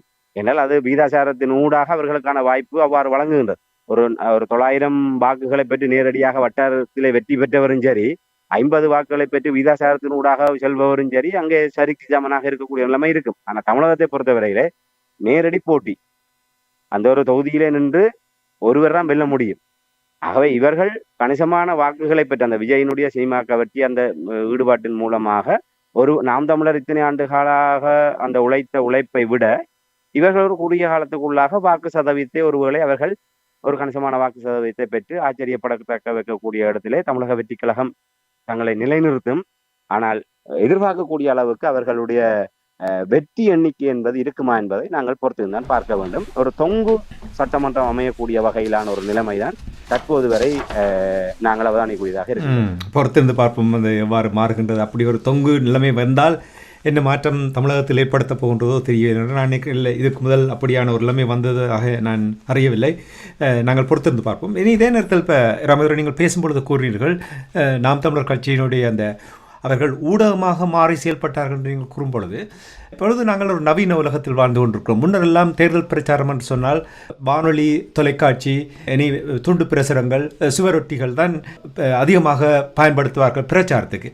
ஆனால் இப்பொழுது இந்த நவீன உலகத்தில் உங்களுக்கு தெரியும், சமூக வலைத்தளம் பெரிய ஒரு இடத்தை பிடித்திருக்கிறது. இந்த நேரத்தில் சீமானவர்களுக்கும் விஜய்க்கும் இடையே இருதரப்பினருக்கும் இடையில் அங்கே சமூக வலைத்தளத்தில் ஒரு பரவலாக பரந்த மக்கள் மத்தியில் பயன்படுத்தப்படுகின்ற இந்த சமூக வலைத்தளத்தில் கருத்து மோதல்கள் இடம்பெறுவது போல் இருவருக்கும் இடையிலான இந்த கருத்து மோதல் தொடர்பாக நீங்கள் என்ன அவதானிக்கிறீர்கள்? அங்கே உண்மையிலே ஈழத்தமிழ் மக்களுடைய ஒரு தளத்தில் இந்த விடயம் இப்போது அண்மை நாட்களாக அதிகரித்து அது நேற்று இன்றைய நாளெல்லாம் மிக உச்சநிலை அடைந்திருப்பதை பார்க்கக்கூடியதாக இருக்கின்றது. சமூக வலைத்தளங்களிலே தங்களுடைய கருத்துக்கள் மூலமாக தங்களை ஒரு மேலோங்கியவர்களாக காட்டிக்கொள்ளக்கூடிய ஒரு தன்மை அதிகரித்து வரக்கூடிய ஒரு நிலைமை இருக்கின்றது. முன்னர் சமூக வலைத்தளங்கள் பயன்பாடு என்பது ஓரளவு அந்த ஊடக அனுபவம், அந்த ஊடக நெறி இல்லை, ஒரு பொது தளத்திலே அந்த கருத்துக்களை பதிவு செய்கின்ற போது ஏனையவர்களுடைய மனநிலைகளை அந்த விடயங்களை கருத்தில் கொண்டு செயல்படுகின்றது. ஆனால் இன்று அவ்வாறு இல்லை. அவர்கள் எதை பற்றியுமே சிந்திக்காதவர்களாக தங்களுடைய மனதில் என்ன தோன்றுகின்றதோ அதை அப்படியே ஒரு ஒரு வெளிப்படுத்தக்கூடிய ஒரு களமாகத்தான் இந்த சமூக வலைத்தளங்கள் காணப்படுகின்றது. அதனுடைய ஒரு அடுத்த ஒரு கட்டமாகத்தான் இது ஒரு ஒரு நேரடியாக இப்ப உண்மையிலே தமிழகத்திலே நடைபெறுகின்ற ஒரு தேர்தல். அதிலே தமிழகத்திலே அண்ணன் சீமான் அவர்களும் விஜய் அவர்களும் எதிரெதிராக நிற்கின்றார்கள். ஆனால் இங்கே இந்த சமூக வலைத்தளங்களில் இடம்பெறுகின்ற அந்த மோதல்களை வைத்து பார்க்கின்ற போது மிக ஒரு அருவருப்பான ஒரு நிலைமை காணப்படுகின்றன. ஒரு குறிப்பாக நடிகர் விஜய் அவர்களுக்கு ஆதரவாக அந்த கருத்துக்களை பகிர்பவர்கள் மிக ஒரு ஒரு அருவருக்கக்கூடிய வகையிலான அந்த கருத்தாடல்களை அவர்கள் ஒரு மேற்கொள்வர். ஒரு மிக கீழ்த்தரமான முறையிலே சீமான் மற்றும் சீமான் அவர்களை ஆதரிப்பவர்களை விமர்சிக்கின்ற போக்குகளும், விஜய் அவர்களை முன்னிலைப்படுத்துகின்ற விவகாரம். உங்களுக்கு தெரியும், விஜய் அவர்களுடைய மனைவி ஈழத்தமிழ்ச்சியாக இருக்கக்கூடிய சங்கீதா அவர்கள் அந்த விவகாரத்துக்கு உரிய விவகாரம், அவர்களுடைய குடும்பம் தொடர்பாக வெளிவந்த விடயங்கள், விஜய் திரிஷா தொடர்பாக இடையில் அவர்களுக்கு இருக்கக்கூடிய உறவு நிலைமைகள். இப்ப இந்த தருணங்களில் எல்லாம் இவ்வாறு ஈழத்திலே இருக்கக்கூடிய அந்த விஜயனுடைய ஆதரவாளர்கள் சமூக வலைத்தளங்களிலே வெளிப்படுத்திய விதம் என்பது ஒரு மிக மிக முகம் சுளிக்கக்கூடிய வகையிலான ஒரு செயல்பாடாக இருந்தது. ஒன்று, அதான் அந்த சமூக வலைத்தளங்களுடைய அந்த வகிபாகம் இன்று அந்த ஒரு தரன் இழந்த நிலைக்கு சென்றிருக்கின்றது. உண்மையிலே நீங்கள் ஒரு கருத்து, அது அவர்களுடைய சுதந்திரம். நடிகர் விஜயை தங்களுடைய முன்மாதிரியாக கொள்வதும், அவர் ஒரு வெற்றி பெறுவார் என்று நம்புவதும் அது அவர்களுடைய உரிமை, அவர்களுடைய சுதந்திரம். அதே போன்று ஏனையவர்களுக்கான சுதந்திரத்தையும் அவர்கள் ஒருவர் மதிக்க கற்றுக்கொள்ள வேண்டும். இன்னொருவரை ஒரு மிக பரிகாசம் செய்து தங்களுடைய தரப்பை மட்டுமே முன்னிலைப்படுத்துகின்ற அந்த போக்கு என்பது ஒரு அருவருக்கத்தக்க விடயம். அது இந்த தேர்தல், இந்த தமிழக தேர்தலை மையமாக வைத்து அவ்வாறான ஒரு கருத்தாடல்கள், சொல்லாடல்களையும் இங்கே பார்க்கக்கூடியதாக இருக்கின்றது. அது மிக அதிகமாக எங்களுடைய தமிழ் தேசியம் சார்ந்த உரையாடல்களை கடந்து விஜய் பெரியவனா சீமான் பெரியவனா, விஜய் நல்லவனா சீமான் நல்லவனா, யார் பலசாலி என்பதை பார்க்கின்ற வகையிலே அதுக்கு சம்பந்தம் இல்லாத தளத்திலிருந்து நாங்கள் அவ்வாறான ஒரு ஒரு பல பிரயோகத்திலே அந்த சமூக தளத்தில் போட்டிக்கு போட்டியாக வெளிப்படுத்திய விடயம் என்பது என்னால் ஆரோக்கியம். என்னால் தமிழகத்தை பொறுத்தவரையிலே மே 6ஆம் தேதி முடிவுகள் வந்ததுக்கு பிற்பாடு அவர்கள் என்ன முடிவு வருகின்றதோ அதை ஏற்றுக்கொண்டு அதற்கு பின்னாலே பயணிக்க தலைப்பட்டு விடுவார்கள். ஆனால் அதுக்கு தொடர்பே இல்லாத இங்கே இருக்கக்கூடிய சமூக வலைத்தளத்தில் இவ்வாறு முரண்பாடுகளை, முடவொலிகளை ஏற்படுத்திக் கொள்பவர்கள் மே 6ஆம் தேதிக்கு பிறகு இவ்வாறு தங்களை வகைப்படுத்திக் கொள்ளப் போகின்றார்கள். இல்லை, அவ்வாறு சமூக வலைத்தளங்களினூடாக கருத்து முதலில் ஈடுபட்டவர்கள் அதற்கு பின்னர் இவ்வாறு முகம் கொடுக்க போகின்றார்கள் என்பதை நாங்கள் மிக வேதனையுடன் பார்க்கக்கூடியதாக இருக்கிறார். அது ஒரு மிகப்பெரிய ஒரு இடைவெளியையும் அந்தந்த நபர்கள் மீதான ஒரு வரையறைப்படுத்தப்பட்ட ஒரு இதாகவும் மாறுவதற்கான வாய்ப்புகள் இருக்கின்றதாகவே நடிகர் விஜய் நீங்கள் முன்மாதிரியாக எடுத்துக்கொள்கின்ற அவருடைய நல்ல விடயங்களை மட்டுமே நீங்கள் கொண்டு வாருங்கள். அவ்வாறு கருத்தியல் ரீதியாக அவர் மீதான ஈர்ப்பை அதிகப்படுத்த முடியுமே தவிர நீங்கள் வலுக்கட்டாயமாக அவருடைய முரட்டுத்தனமான பக்தர்களாக இருந்து கொண்டு ஒருபோதுமே அவரை நீங்கள் இன்னொருவரை பின்பற்ற வைத்து விட முடியாது. இன்று நாம் தமிழர் கட்சி என்று சொன்னால் நாம் தமிழர் கட்சியில இருக்கக்கூடிய சாதக பாதகங்கள்லாம் இன்று அதை நோக்கி இன்று தமிழக மக்களை அந்த மண்ணிலே இருக்கின்றவர்களை ஒரு 50 ஆண்டுகளாக திராவிட ஆட்சி அதிகாரத்துக்குள்ளாக மடைமாற்றப்பட்டவர்கள் கூட இப்போது அதிலிருந்து வெளியே வந்து மாற்றம் என்றால் அது நாம் தமிழர் கட்சிகளாகத்தான் நிகழும் என்கின்ற அளவுக்கு ஒரு ஆரோக்கியமாக அவதானித்தவனத்து வெளியே வருகின்றார். அப்படி இருக்க வேண்டும் செயல்பாடும் கருத்தியலும். அந்த வகையிலே உண்மையிலே ஒரு ஆரோக்கியமா என்றால் இவ்வளவு தூரத்தை நாங்கள் எங்களுடைய ஈழ அரசியலிலே நாங்கள் கையிலே எடுத்தோமா என்றால் கேள்விக்குறிதான். ஆகவே இந்த சமூக வலைத்தளத்திலே நாங்கள் ஈழத்தமிழ் மக்கள் நாங்கள் 17வது ஆண்டிலே நாங்கள் இந்த நிலையில் நிற்கின்றோம். இந்த வலி சுமந்த முள்ளிவாய்க்கால் அண்மித்துக் கொண்டிருக்கின்றது. இந்த 17வது ஆண்டு கூட நிறைவடைய போகின்றது. ஆகவே இந்த நேரத்திலே நாங்கள் இந்த நிலையில் நிற்கின்றோம். உங்களுடைய தமிழ் தேசிய அரசியல் எப்படி இருக்கின்றது, அதை நோக்கிதான் ஆரோக்கியமான கருத்தாளர்கள் இவ்வாறு சமூக வலைத்தளங்களை ஆக்கிரமிக்குமாக இருந்தால் நல்லபடியும். ஆனால் விஜய் சீமான் தரப்புக்கு இடையிலான கருத்து மோதலை, அதாவது ஒருவர் ஒரு தரப்பு கருத்துக்களை கூறுவதென்பது வேறு, இருதரப்புகள் அடித்துக் கொள்வது என்பது வேறு. நான் நினைக்கிறேன் நீங்கள் அதைத்தான் அவதானித்திருப்பீங்க என்று நம்புகின்றேன். அது உண்மையிலே ஒரு தவிர்க்கப்பட வேண்டிய விடயம். இது எங்களுடைய ஒரு தமிழ் தேசியத்தினுடைய உண்மையில் தமிழ் தேசியம் என்று வருகின்ற போது தமிழ்நாட்டில் இருக்கக்கூடிய தமிழ் தேசியம் என்பது வேறு பண்பியல்புகளை கொண்டது. ஈழத்தில் இருக்கக்கூடிய தமிழ் தேசியம் என்பது ரெண்டுமே பேரொன்றுதான். ஆனால் அதனுடைய பண்பியல்புகள் என்பது வேறை. ஆனால் ஈழத்தில் இருக்கக்கூடிய தமிழ் தேசியம் என்பது அது வேறு விதம். நாங்கள் மிகப்பெரிய ஒரு தியாகத்தை செய்திருக்கின்றோம், அதுக்கான விலை கொடுத்திருக்கின்றோம். அந்த தமிழ் தேசியம் என்பது வேறு ஒரு வடிவ நிலையில இருக்கின்றது. ஆகவே இவ்வாறான நிலைமையிலே நாங்கள் அந்த விடயங்களை கடத்த வேண்டியவர்களாக இருக்கின்றோம். ஆகவே இந்த தமிழ் தேசியம் ஆயுதங்கள் மௌனிக்கப்பட்டதுக்கு பிற்பாடு தமிழ் தேசிய அரசியலுடைய வங்குரோத்து நிலைதான் இதை நாங்கள் பார்க்கக்கூடியதாக இருக்கின்றது. இப்ப நீங்கள் அதை அவதானிக்கின்ற அளவுக்கு சமூக வலைத்தளத்திலே இந்த ஒரு நடிகர் விஜயினுடைய மோகத்திலே அந்த சமூக வலைத்தளத்திலே இவ்வாறு ஒரு ஆதரவு நிலை வெளிப்படுத்துவதனுடைய பிரதிபலிப்பாகத்தான் நாங்கள் மருத்துவர் அர்ச்சுனா மற்றும் தேசிய மக்கள் சக்தி மீதான அந்த கடந்த தேர்தலில் தமிழ் மக்களுடைய ஈர்ப்பு, அந்த குண இயல்புகளோடு ஒத்து பார்க்கின்ற போது எங்களுடைய அந்த தமிழ் தேசியத்தினுடைய வெறுமை, தமிழ் தேசியத்தினுடைய ஏமாற்றம் எங்களுடைய மக்களை எவ்வாறான ஒரு கட்டற்ற நிலையிலே கொண்டு போய் விட்டிருக்கின்ற விரக்தியின் காரணமாக ஒரு தமிழ் தேசியம் என்பது ஒரு கொள்கையின்பால் வழி நடத்தக்கூடியது. அந்த கொள்கை சரியான முறையிலே அதை பின்பற்றுபவர்கள் செயல்படாதன் காரணமாக அதிலிருந்து வலுவக்கூடியவர்கள் ஒரு தற்குறித்தனமாக தங்களுக்கு எது சரியென்று படுகின்றதோ அதன் பின்னாலே செல்ல தலைப்பட்டதன் காரணமாகத்தான் மருத்துவர் அர்ஜுனா அவர்கள் ஒரு பாராளுமன்ற உறுப்பினராக தெரிவு செய்யப்பட்ட ஒரு விரும்பத்தகாத சம்பவம் இடம்பெற்றது.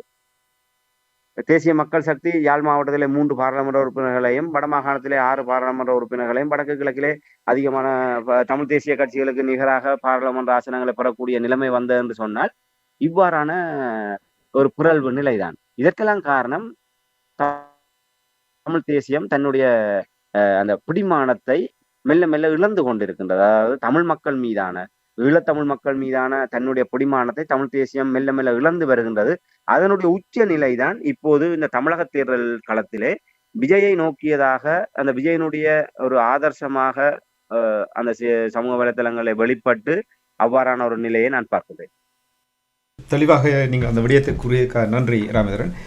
இன்னொரு விடயத்தை நான் உங்கள்கிட்ட கேட்க விரும்புகிறேன் என்னவென்றால், இப்போ நீங்கள் இந்தியாவில் அங்கே சில காலம் வாழ்ந்த நீங்கள், அங்கு உள்ளவர்களோடு நெருக்கமாக பழகியவர் நீங்கள், இனி நாம் தமிழர் கட்சியும் இருப்பவர்களோடு கூட நீங்கள் முன்னதாக கூறினீர்கள் சீமான் இருந்த இடங்கள் தொடர்பான விடயங்களை கூறும்பொழுது, இப்போ தமிழ் மக்களை பொறுத்த மட்டும் இது ஒரு முக்கியமான ஒரு கேள்வியாக நான் பார்க்கிறேன். இதை நீங்கள் எவ்வாறு பார்க்கிறீர்கள் என்பதை நான் அறிந்து கொள்ள விரும்புகிறேன். என்னென்று சொன்னால், தமிழ் மக்களை பொறுத்த மட்டும் நீங்கள் பார்த்தீங்கன்னா எமக்கு எந்த ஒரு நாடும் இல்லை, உதவிக்காக எந்த ஒரு நாடும் இல்லை, நாங்கள் எந்த ஒரு உறவையும் கட்டி எழுப்பதற்கான முயற்சிகளும் எடுக்கப்படவில்லை.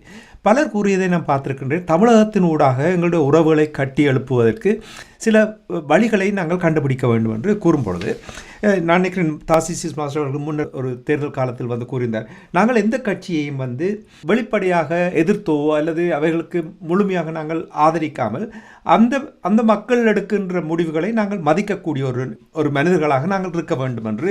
ஏனென்றால் நாங்கள் யாரையுமே பகைக்க தேவையில்லை. இப்போ ஏன் நான் அதை சொல்லுகிறேன் என்றால் ராமேந்திரன், இந்தியா ஒன்றியம் இருக்கின்றது. அதன் கீழ் தான் இந்த தமிழ்நாடு இயங்குகிறது. இது தனி நாடாக இல்லை. அது இந்திய ஒன்றியத்தின் கீழ் தான் இருக்கின்றது. அவர்களுடைய சட்டத்தின் கீழ் சத்தியப்பிரமாணம் எடுத்து தான் செயல்படலாம். இப்படியான இந்த நேரத்தில் அங்கே யார் வந்தாலும் தமிழ் மக்களை பொறுத்தமட்டில் நாங்கள் அவர்களோடு சேர்ந்து செயல்பட வேண்டும். இதை எவ்வாறு கையாள வேண்டும் என்று நீங்கள் நம்புகிறீர்கள்? ஈழத்தமிழர்களை பொறுத்தமட்டில் அரசியல்வாதிகளாக இருக்கட்டும், இனி பிரமுகர்களாக இருக்கட்டும், அதை எவ்வாறு கையாள வேண்டும் என்று இதில் நாங்கள் ஒரு தந்திரமாக நாங்கள் கையாள வேண்டும். இல்லை என்று சொன்னால் நாங்கள் தொடர்ந்தும் அனாதரவராக விடப்பட போகின்றோம் என்பதை தான் நான் உணர்கிறேன். நீங்கள் எவ்வாறு பார்க்கிறீர்கள்? கொஞ்சம் விரிவாக கூறுங்கள். உண்மையில் இதிலே ஒரு நீங்க கேட்ட கேள்வியிலே 2 விடயங்களுக்கு நாங்கள் பதிலளிப்பது பொருத்தமாக இருக்கும் என்று நினைக்கின்றேன். ஒன்று, முதலிலே வந்து அந்த இந்திய ஒன்றியத்துக்கு உட்பட்டதாக சட்டதிட்டங்களுக்கு உட்பட்டதாக இருக்கக்கூடிய ஒரு மாநிலத்திலே ஆட்சி அதிகாரத்துக்கு வரக்கூடியவர்களால் ஈழத்தமிழர்களுக்கு என்ன பயன் என்கின்ற ஒரு கேள்விக்கு அதுக்கு ஒரு பதிலை தேடுவது மிக அவசியம் என்று நான் கருதுகின்றேன். ஏனென்றால் பலராலும் அந்த விடயம் சுட்டிக்காட்டப்பட்டு வருகின்றது. ஈழத்தமிழர்கள் மத்தியிலே குறிப்பாக இப்ப இதுவரை காலமும் ஒரு விஜய் மீதான சினிமா மோகத்தின் அடிப்படையிலே கருத்தாடல்கள் இடம்பெறுகின்ற போது மௌனமாக இருந்தவர்கள், சீமானவர்கள் மீது ஈழத்தமிழர்கள் பக்கத்தில் இருந்து ஒரு ஆதரவு நிலை அதிகரித்து அந்த பதாகைகள் கட்டப்பட்டு, இல்லை ஒரு தனிநபர் சமூக வலைத்தள பதிவுகளிலே அந்த விடயங்கள் ஒரு வலுவாக முன்வைக்கப்படுகின்ற போது திடீரென ஒரு கருத்து கந்தசாமிகளாக வெளியே வந்து அதை மறுதளிக்க முற்படுபவர்களுடைய பிரதான சுட்டிக்காட்டுதலாக இதுவாகத்தான் நான் பார்க்கின்றேன். குறிப்பாக சீமான் அவர்கள் ஒரு உணர்ச்சி பூர்வமான தலைவர். அவரை அந்த அளவிலே தான் நாங்கள் பார்க்க வேண்டும். அவர் தமிழகத்திலே முதலமைச்சராக வந்தால் கூட ஒன்றுமே செய்ய முடியாது. இந்திய ஒன்றியத்துக்கு உட்பட்டு தான் அவரால் செயல்பட முடியும். அதற்கு மேலாக எதுவுமே செய்துவிட முடியாது. ஆகவே அவரை ஆதரிப்பது என்பது எந்த விதத்திலுமே பயனற்றது. இல்லை, அவர் சொல்வது கூட ஒரு கற்பனைவாதம். அவர் அங்கே முதலமைச்சராக வந்ததுக்கு பிற்பாடு ஏதோ ஈழத்தமிழர்களுக்கு தான் சுயநிர்ணய உரிமையை பெற்று தந்து விடுவேன், இல்லை தனிநாடை பெற்று தந்து விடுவேன், இல்லை ஈழத்தமிழ் மக்களுக்கு ஏதாவது செய்து விடுவேன் என்றெல்லாம் அவர் கூறுவது என்பது உண்மையிலே அவர் அதெல்லாம் கூறி எவ்வளவு காலமாகிவிட்டது. அவர் இப்போது முழுக்க முழுக்க தமிழகத்தினுடைய மீட்சியை பற்றியும் தமிழக மக்களுக்கான ஒரு மாற்று தலைமைத்துவத்தை தொடர்பாகத்தான் மிக தெளிவான இங்கே இருக்கின்ற எம்மவர்களை போன்று வாயாலை வடை சுடுகின்ற வேலையை விட்டுவிட்டு மிக தெளிவான கொள்கை ஆவணத்தோடு நான் ஆட்சிக்கு வந்தேன். இதுவரை ஆட்சியில் இருப்பவர்கள் கூட அப்படி எந்தவித தெளிவான திட்டங்களோடும் அவர்கள் வருவதில்லை. அவர்கள் இலவசத்தை நம்பித்தான் வருகின்றார்கள். இதுவரை 5 வருடம் இருந்தவர்கள் கூட மேலும் புதிய புதிய இலவசங்களை அறிவித்துத்தான் அவர்கள் இந்த தேர்தலை முகம் கொடுக்கின்றார்களே தவிர தங்களுடைய கடந்த ஆட்சி சாதனையை சொல்லி வாக்கு கேட்பதற்கு எவருமே முன்வருவதில்லை. ஆனால் நாம் தமிழர் கட்சி மட்டும்தான் தங்களுடைய கொள்கை வரவை ஆட்சி வரவு என்ற பெயரிலே ஒவ்வொரு தேர்தலிலும் அவர்கள் மிக தங்களை மேம்படுத்தியவர்களாக அதுக்கு பின்னால் உழைப்பவர்கள் என்று எங்களுடைய அணு விஞ்ஞானி அப்துல் கலாம் அவர்களுடைய ஆலோசகராக இருந்த பொன்ராஜ் அவர்கள், நான் நினைக்கிறேன் அவரும் இப்போது நாம் தமிழர் கட்சியினுடைய மிக ஒரு தீவிரமான ஒரு அறிவார்ந்த குழுமத்திலே பின்னிருந்து பணியாற்றக்கூடிய ஒருவராக நான் நம்புகின்றேன். அதே போன்று முன்னாள் IAS அதிகாரியாக இருக்கக்கூடிய, அதாவது முதல் மாவட்ட ஆட்சியாளராக இருந்த சகாயம் கூட இப்போது அவர் தனியே ஒரு நிலைப்பாட்டில் இருந்தாலும் நாம் தமிழர் கட்சியினுடைய ஒரு தீவிரமான ஒரு ஆதரவாளராக நாம் தமிழர் கட்சியினுடைய வெற்றி ஏன் நாம் தமிழர் கட்சி ஒரு உயர்நிலைக்கு வர வேண்டும் என்று ஆணித்தரமாக கூறக்கூடிய ஒருவராக இருக்கின்றார். அப்படி பலர் எண்ணற்றவர்கள் இப்போது அதுக்கு பின்னாலே இருந்து உழைத்து வருவதை நான் அவதானிக்கூடியதாக இருக்கின்றேன். அந்த வகையில் அவர்களுடைய உழைப்பு என்பது வேறு விதம். ஆகவே இந்த இடத்திலே வந்து நாங்கள் வெறுமனே சீமானவர்கள் தமிழ் தேசிய தலைவருடைய படத்தையும் எங்களுடைய புலிக்கொடியை உயர்த்தி பிடிக்கின்றார் என்ற ஒரு காரணத்துக்காக அவரை ஆதரிப்பது அல்ல. அதைவிட அவர் அவ்வாறான ஒரு நிலை வந்தால் அவரால் செய்ய முடியாதென்றும் இல்லை. ஒன்றை கேட்க விரும்புகின்றேன் இவ்வாறு கேள்வி எழுப்புவர்களிடம். இதே இந்திய ஒன்றியத்துக்கு கீழாக MGR அவர்கள் முதலமைச்சராக இருந்த போதுதான் இன்று வரை எங்களுடைய வரலாற்றிலே முதன்மைப்படுத்தக்கூடிய பக்கங்களாக ஈழ விடுதலை போராட்டத்துக்கு அவருடைய பங்களிப்பு இருக்கின்றது. இதை விட என்ன உதாரணத்தை நாங்கள் கூற முடியும்? இந்திரா காந்தி அம்மையார் அப்போது பிரதமராக இருந்தார். MGR அவர்கள் தமிழக முதலமைச்சராக இருந்தார். அப்போதும் இந்திய ஒன்றியம் கட்டுப்படுத்தக்கூடிய நிலைமை இருந்தது. ஒருவேளை கூறலாம் இந்திரா காந்தி அம்மையார் ஓரளவு போராளிகளுக்கு ஆதரவாக இருந்தார், அதன் காரணமாக MGR-ஐ கண்டுகொள்ளாம விட்டு விட்டார் என்று. அப்படி நாங்கள் கூறிவிட முடியாது என்றால் அதுக்கு பின்னர் ராஜீவ்காந்தி அவர்கள் இருந்திருக்கின்றார் பிரதமராக. அதே போன்ற ஒரு நிலை அதில் தலைமை பொறுப்பிலே யார் வருகின்றார்கள் என்பதில் தான் இருக்கின்றது. நாங்கள் ஒரு உதாரணத்தை கூற முடியும். நான் நினைக்கின்றேன் தலைவர் பிரபாகரன் உள்ளிட்டவர்கள் அங்கே கைது செய்யப்படுகின்றார்கள். அப்போது நாடு கடத்துமாறு ஜே.ஆர். ஜெயவர்தன இந்திரா காந்திக்கு அழுத்தங்களை கொடுக்கின்றார். இந்திரா காந்தி உடனடியாக எம்ஜிஆரிடம், தமிழக முதலமைச்சராக இருந்த எம்ஜிஆர் அவர்களிடம் தகவலை தெரியப்படுத்துகின்றார். ஆனா இது நடைபெறும் என்று ஊகித்த எம்ஜிஆர் அவர்கள் தன்னுடைய அமைச்சர்களையே களத்திலே இறக்கி தமிழகத்திலே பல இடங்களிலே ஈழப் போராட்டத்துக்கு போராளிகளுக்கு ஆதரவாக கருத்து பரப்புரைகள், அதாவது இலங்கையிலே நடைபெறுகின்ற தமிழ் மக்களுக்கு எதிரான கொடுமைகளுக்கு ஆதரவாக பேச்சுக்களை பேசி அங்கே ஒரு கொதிநிலையை உருவாக்குகின்றார்கள். அதற்கு பின்னர் அவர் லாபகமாக இந்திரா காந்தி அவர்களுடைய அந்த கோரிக்கையை கையாண்டு இவர்களை கையளிக்காமல் பாதுகாக்கின்ற ஒரு நிலைப்பாட்டை எம்ஜிஆர் அவர்கள் எடுக்கின்றார். ஆகவே அப்போதும் எம்ஜிஆர் இந்திய ஒன்றியத்துக்கு கட்டப்பட்டவராகத்தான் இருந்தார். ஆனால் அந்த இடத்துல இருப்பவர்கள் அதை எப்படி பயன்படுத்த வேண்டும் என்று உண்மையிலே சொல்வார்கள். மனம் இருந்தால் தான் இடம் உண்டு என்று. அப்படி மனம் இருக்கக்கூடிய ஒருவர் அந்த இடத்திலே வருகின்ற போது வரலாறு நிச்சயமாக மாறும். ஏன்னால் இப்ப இந்தியாவை பொறுத்தவரையிலே வலு கட்டாயமாக 1956ஆம் ஆண்டு மொழிவழி தேசிய இனங்களாக மாநிலங்கள் பிரிக்கப்பட்டு அதற்கு முன்னர் ஒன்றாக பல சமஸ்தானங்களாக இருந்தது. பின்னர் வலுக்கட்டாயமாக மொழி ரீதியாக மாநிலங்கள் பிரிக்கப்பட்டது. இன்று வரை இந்திய ஒன்றியம் என்பது வலுக்கட்டாயமாக பிணைத்து வைக்கப்பட்டிருக்கின்ற எந்த நொடி பொழுதும் அது சிதறி போகலாம். அவ்வாறான பின்புலத்தில் தான் ஈழத்தமிழ் மக்களுடைய நியாயமான கோரிக்கையை கூட இந்தியா ஏற்றுக்கொள்ளாத நிலை இருக்கின்றது. ஈழத்தமிழ் மக்களுக்கான ஒரு கோரிக்கையை இந்தியா ஏற்றுக்கொள்ளுமாக இருந்தால் இந்தியாவுக்குள்ளும் பல இடங்களிலே சுயாட்சி கோரிக்கைகள், தனி மாநிலங்கள், தனி நாடுகளாக பிரியக்கூடிய நிலைமை. ஏற்கனவே அங்க வட மாநிலங்களிலே பல இடங்களிலே மாவோயிஸ்டுகள் சொல்லக்கூடிய ஒரு இடதுசாரிகளுடைய ஆயுத போராட்டம் தொடர்ச்சியாக இடம்பெற்று வருகின்றது.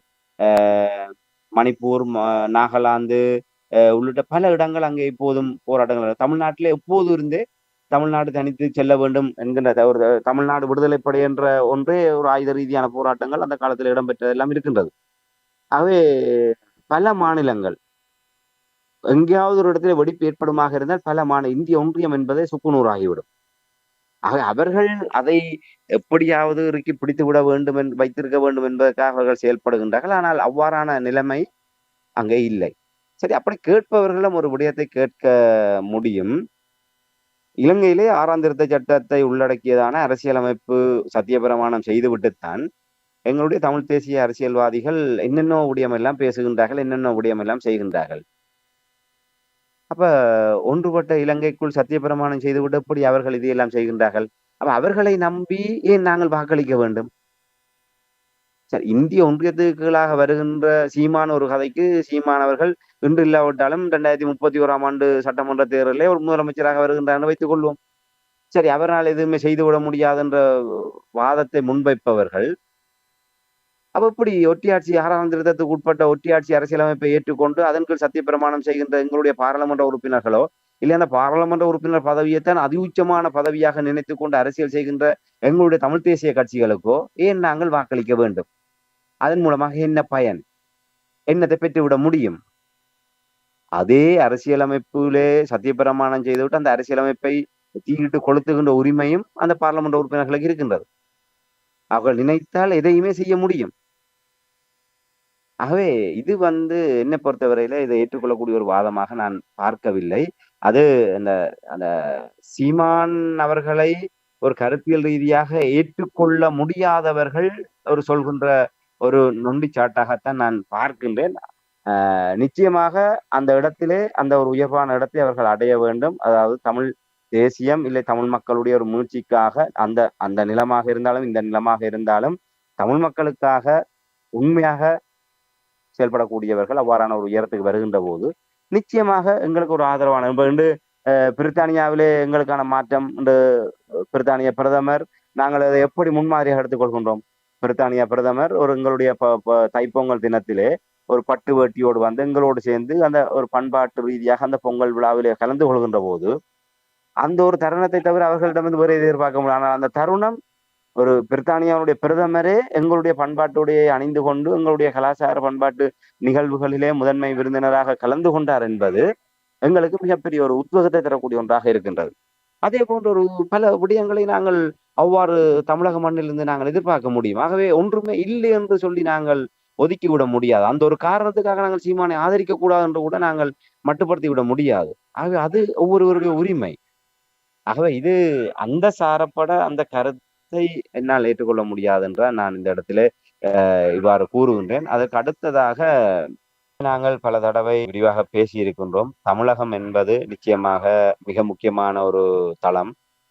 நாங்கள் ஒரு நாடற்றவர்களாக, அரசற்றவர்களாக இருக்கின்றோம். அதுவும் இன்று ஆயுதங்கள் மௌனிக்கப்பட்ட நிலைமையிலே மிக ஒரு ஒரு ஒரு பின்தங்கிய நிலையிலே எந்தவித ஒரு வெளிப்புற சக்திகளுடைய ஆதரவும் இல்லாமல் இருக்கின்ற நிலைமையிலே ஒரு தன்னியல்பாகவே எங்களுடைய தொப்புள் கொடி தேசமாக இருக்கக்கூடிய தமிழகத்திலே எங்களுக்கான ஒரு ஆதரவு தளத்தை ஏற்படுத்துவது என்பது மிக இன்றியமையாத ஒன்று. இதுல நாங்கள் 2 விதமாக அந்த விடயங்களை அணுக வேண்டும். ஒன்றுன்னா முதலிலே எங்களுக்குள்ளே ஒரு கருத்தியல் தெளிவு இருக்க வேண்டும். மற்றது நாங்கள் அணுகுகின்ற போது அங்கே பாரபட்சம் இல்லாமல் இருக்க வேண்டும். இப்போது என்னை பொறுத்தவரையிலே அந்த நீங்கள் அந்த கூறிய அந்த ல வழித்தடத்திலே பயணிப்பவர்கள் தான் அதிகமாக இருக்கின்றார்கள். அதாவது தமிழகத்திலே யாரையுமே பகைத்து விடக்கூடாது. எல்லோருடைய ஆதரவும் எங்களுக்கு வேண்டும் என்கின்ற மேலோட்டமான நிலையிலே உறவை வளர்ப்பதற்கு அணுகுமுறைகளைத்தான் நான் பார்க்கின்றேன். அதற்கு முதலிலே நான் ஒன்றை தெளிவாக நம்புகின்றேன். தமிழகத்திலே நாங்கள் யார் யாரிடம் செல்கின்றோமோ அவர்கள் தொடர்பான ஈழத்தமிழ் மக்களுடைய நிலை 2009 இனம் அளிக்கப்படுகின்ற போது அதற்கு பின்னரான காலங்களில் அவர்களுடைய நிலைப்பாடு என்ன என்பதை நாங்கள் மிக தீர்க்க தரிசனமான பார்வையோடு பார்த்து அவர்களை அறிந்து கொண்டு அங்கே செல்கின்ற போதுதான் ஏமாற்றங்களை தவிர்த்து கொள்ள முடியும். உதாரணத்துக்கு சொல்ல முடியும். இப்ப சீமான் என்று சொன்னால் உங்க உடனடியாக சீமானுக்கு மாற்றாக எல்லோருடைய பார்வையும் வைகோ மீது இருக்கும். ஆனால் அண்ணன் வைகோ அவர்கள் அதுக்கு தகுதியானவரா என்பதை நாங்கள் சீர்தூக்கி பார்ப்பதில்லை. ஆனால் அவர் அந்த நேரத்திலிருந்து தலைவரால் நம்பப்பட்டவர், எங்களுடைய போராட்டத்தோடு நெருக்கமாக இருந்தார். இப்போது வரை மிக உணர்ச்சி பூர்வமாக பேசக்கூடிய ஒருவர். அதெல்லாம் சரிதான். ஆனால் 2009 நாங்கள் இனம் அழிக்கப்பட்டு கொண்டிருக்கின்ற நேரத்திலே வைகோ அவர்களுடைய வகிவாகம் எப்படி இருந்தது? அவர் என்ன செய்தார்? திருமாவளவன் அவர்கள் என்ன செய்தார்? ராமதாஸ் அவர்கள் என்ன செய்தார்? நெடுமாறன் அவர்கள் என்ன செய்தார்? அப்படி நாங்கள் சுய பரிசோதனை செய்து பார்த்துக் கொள்வது என்பது நாங்கள் அவர்களோடு தொடர்புகளை பேணுகின்ற போது எந்த இடத்திலே அவர்களை வைத்துக் கொள்வது, எந்த அளவிலே அவர்களை வைத்துக் கொள்வது என்பதற்கு உதவிகரம். அதற்காக நாங்கள் இதை பொது வழியிலே இல்லை பகிரங்கமாக எங்களுடைய விடயங்கள், அதாவது இந்த விடயத்தை கையாளுகின்ற அரசியல் தரப்பினரோ இல்லை ஒரு பொது தரப்பினரோ அவ்வாறான வெளிப்பாட்டை செய்ய முடியும். ஆனால் எங்களுக்குள்ளாக உள்ளக கலந்துரையாடலிலே அது மிக மிக முக்கியம். அந்த விடயம் தெரிந்தவர்களை வைத்துக்கொண்டு இந்த விடயங்கள் நிச்சயமாக இந்த தரிசனத்தோடு தான் நாங்கள் தமிழகத்தை அணுக வேண்டும். இல்லை என்று சொன்னால் இந்த தமிழ் தேசிய மக்கள் முன்னணியினர் அண்மையிலே சென்று தமிழகத்திலே எல்லோரோடும் சந்தித்து விட்டு வெறுமனே சூறாவளி சந்திப்பை நடத்தினார்கள். அந்த சந்திப்பை நடத்தியதோடு உடனடியாகவே அவர்களுடைய ஊடக செய்திகள் வெளிவந்து கொண்டிருந்தது. வெறுமனே ஊடக செய்தியோடு கடந்து விட்டது. இன்று வரை அந்த தமிழ் தேசிய பேரவைக்கும் தமிழகத்துக்கும் இடையில என்ன ஊடாட்டம் இருக்கின்றது, என்ன தொடர்பு இருக்கின்றது, அதனோட அடுத்த படிநிலை என்ன?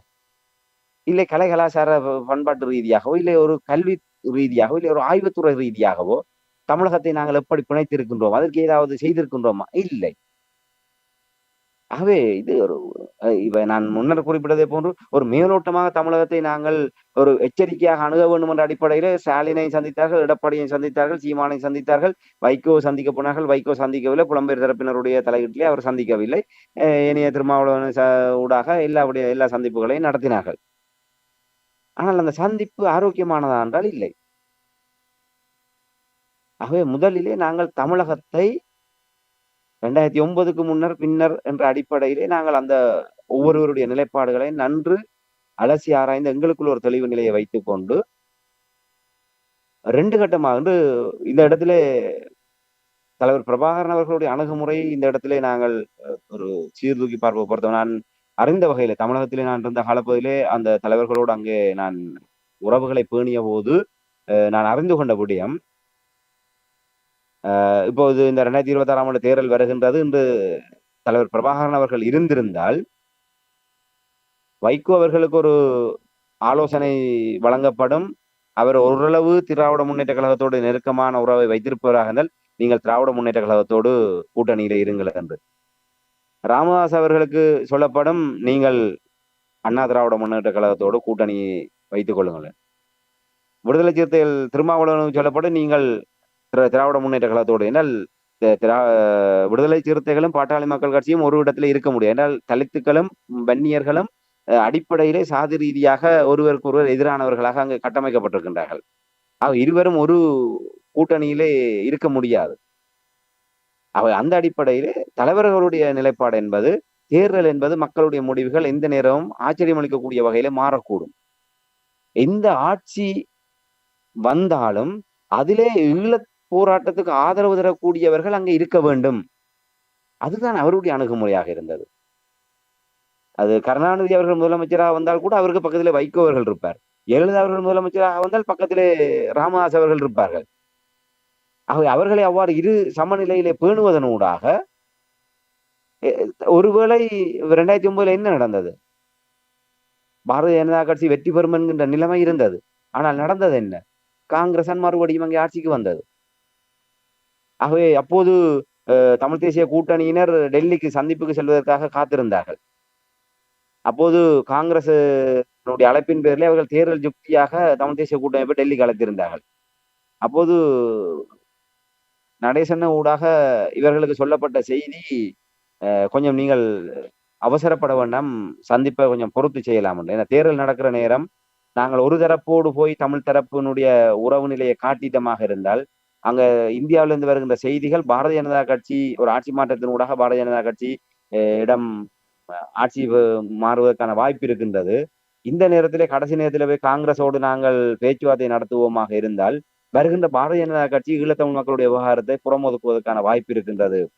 ஆகவே நீங்கள் கொஞ்சம் இந்த விடயத்திலே கிடப்பிலே போடுங்கள் என்பதாக நடேசன் ஊடாக தேசிய தலைவரினால் தமிழ் தேசிய கூட்டமைப்புக்கு ஆலோசனை வழங்கப்படும். ஆனால் அதை மீறி இவர்கள் சென்று சந்தித்தார்கள். அது வேறுபடி.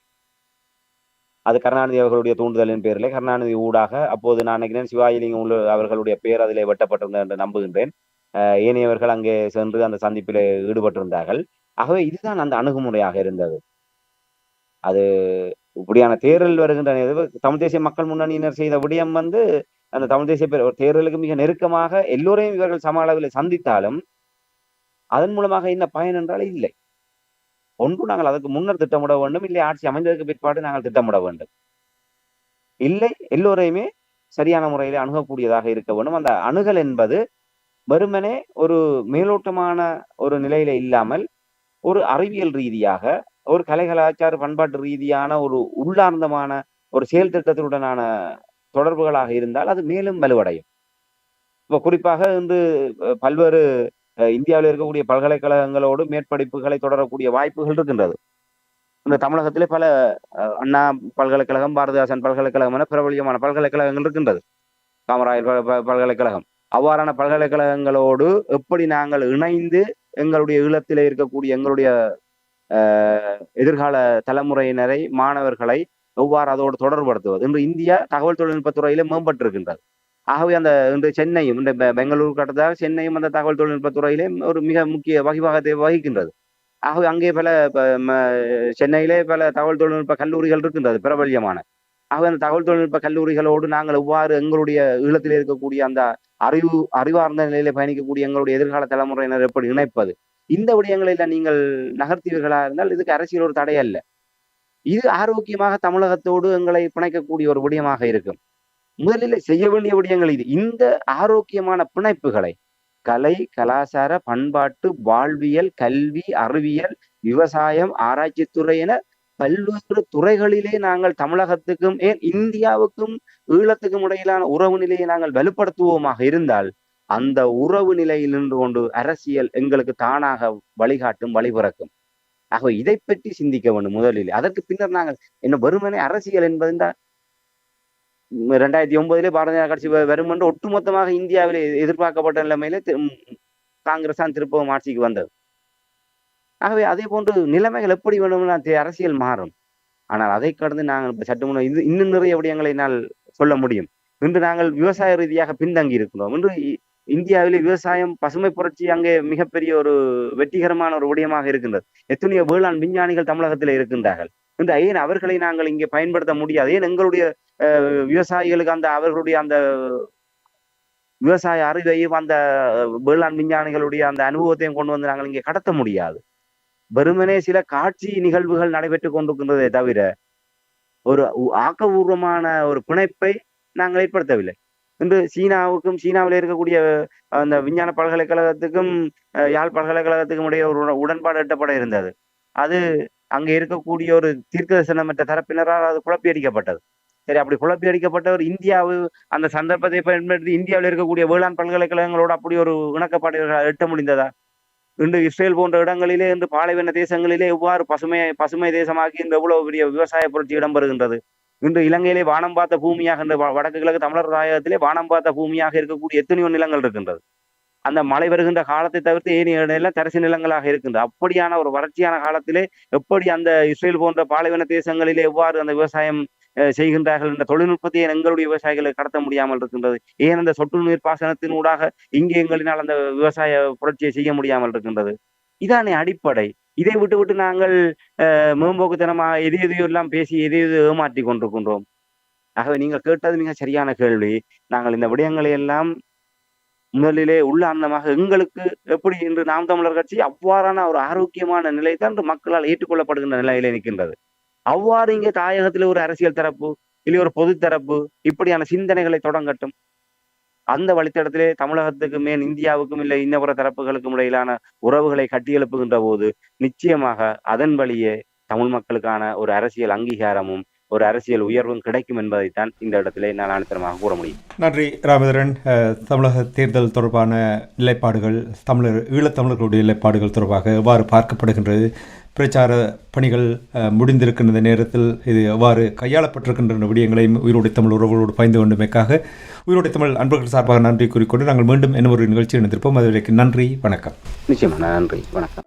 எமது பார்வையாளர்களுக்கு வணக்கம். மக்களின் குரலாய் ஓங்கி ஒலிக்கும் இலக்கு மின்னிதழ் மற்றும் உயிரோடை தமிழ் வானொலி ஆகிய இவ்விரு ஊடகங்களும் உங்களைப் போன்ற எமது நேயர்கள் நண்பர்களின் ஆதரவிலேயே இயங்கி வருகின்றன. மிக குறைந்த வளங்களுடன் பல இடர்கள் மற்றும் தடைகளை தாண்டி பயணிக்கும் எமது ஊடகங்களின் பணிகள் மேலும் வளர உங்களால் முடிந்த நிதியுதவியை வழங்கி இன்னும் காத்திரமான செயற்பாடுகளை முன்னெடுக்க உதவுமாறு மிகவும் பணிவன்புடன் வேண்டி நிற்கின்றோம். உங்கள் பங்களிப்பு உங்களின் உரிமை குரலாய் ஓங்கி ஒலிக்கும். நன்றி.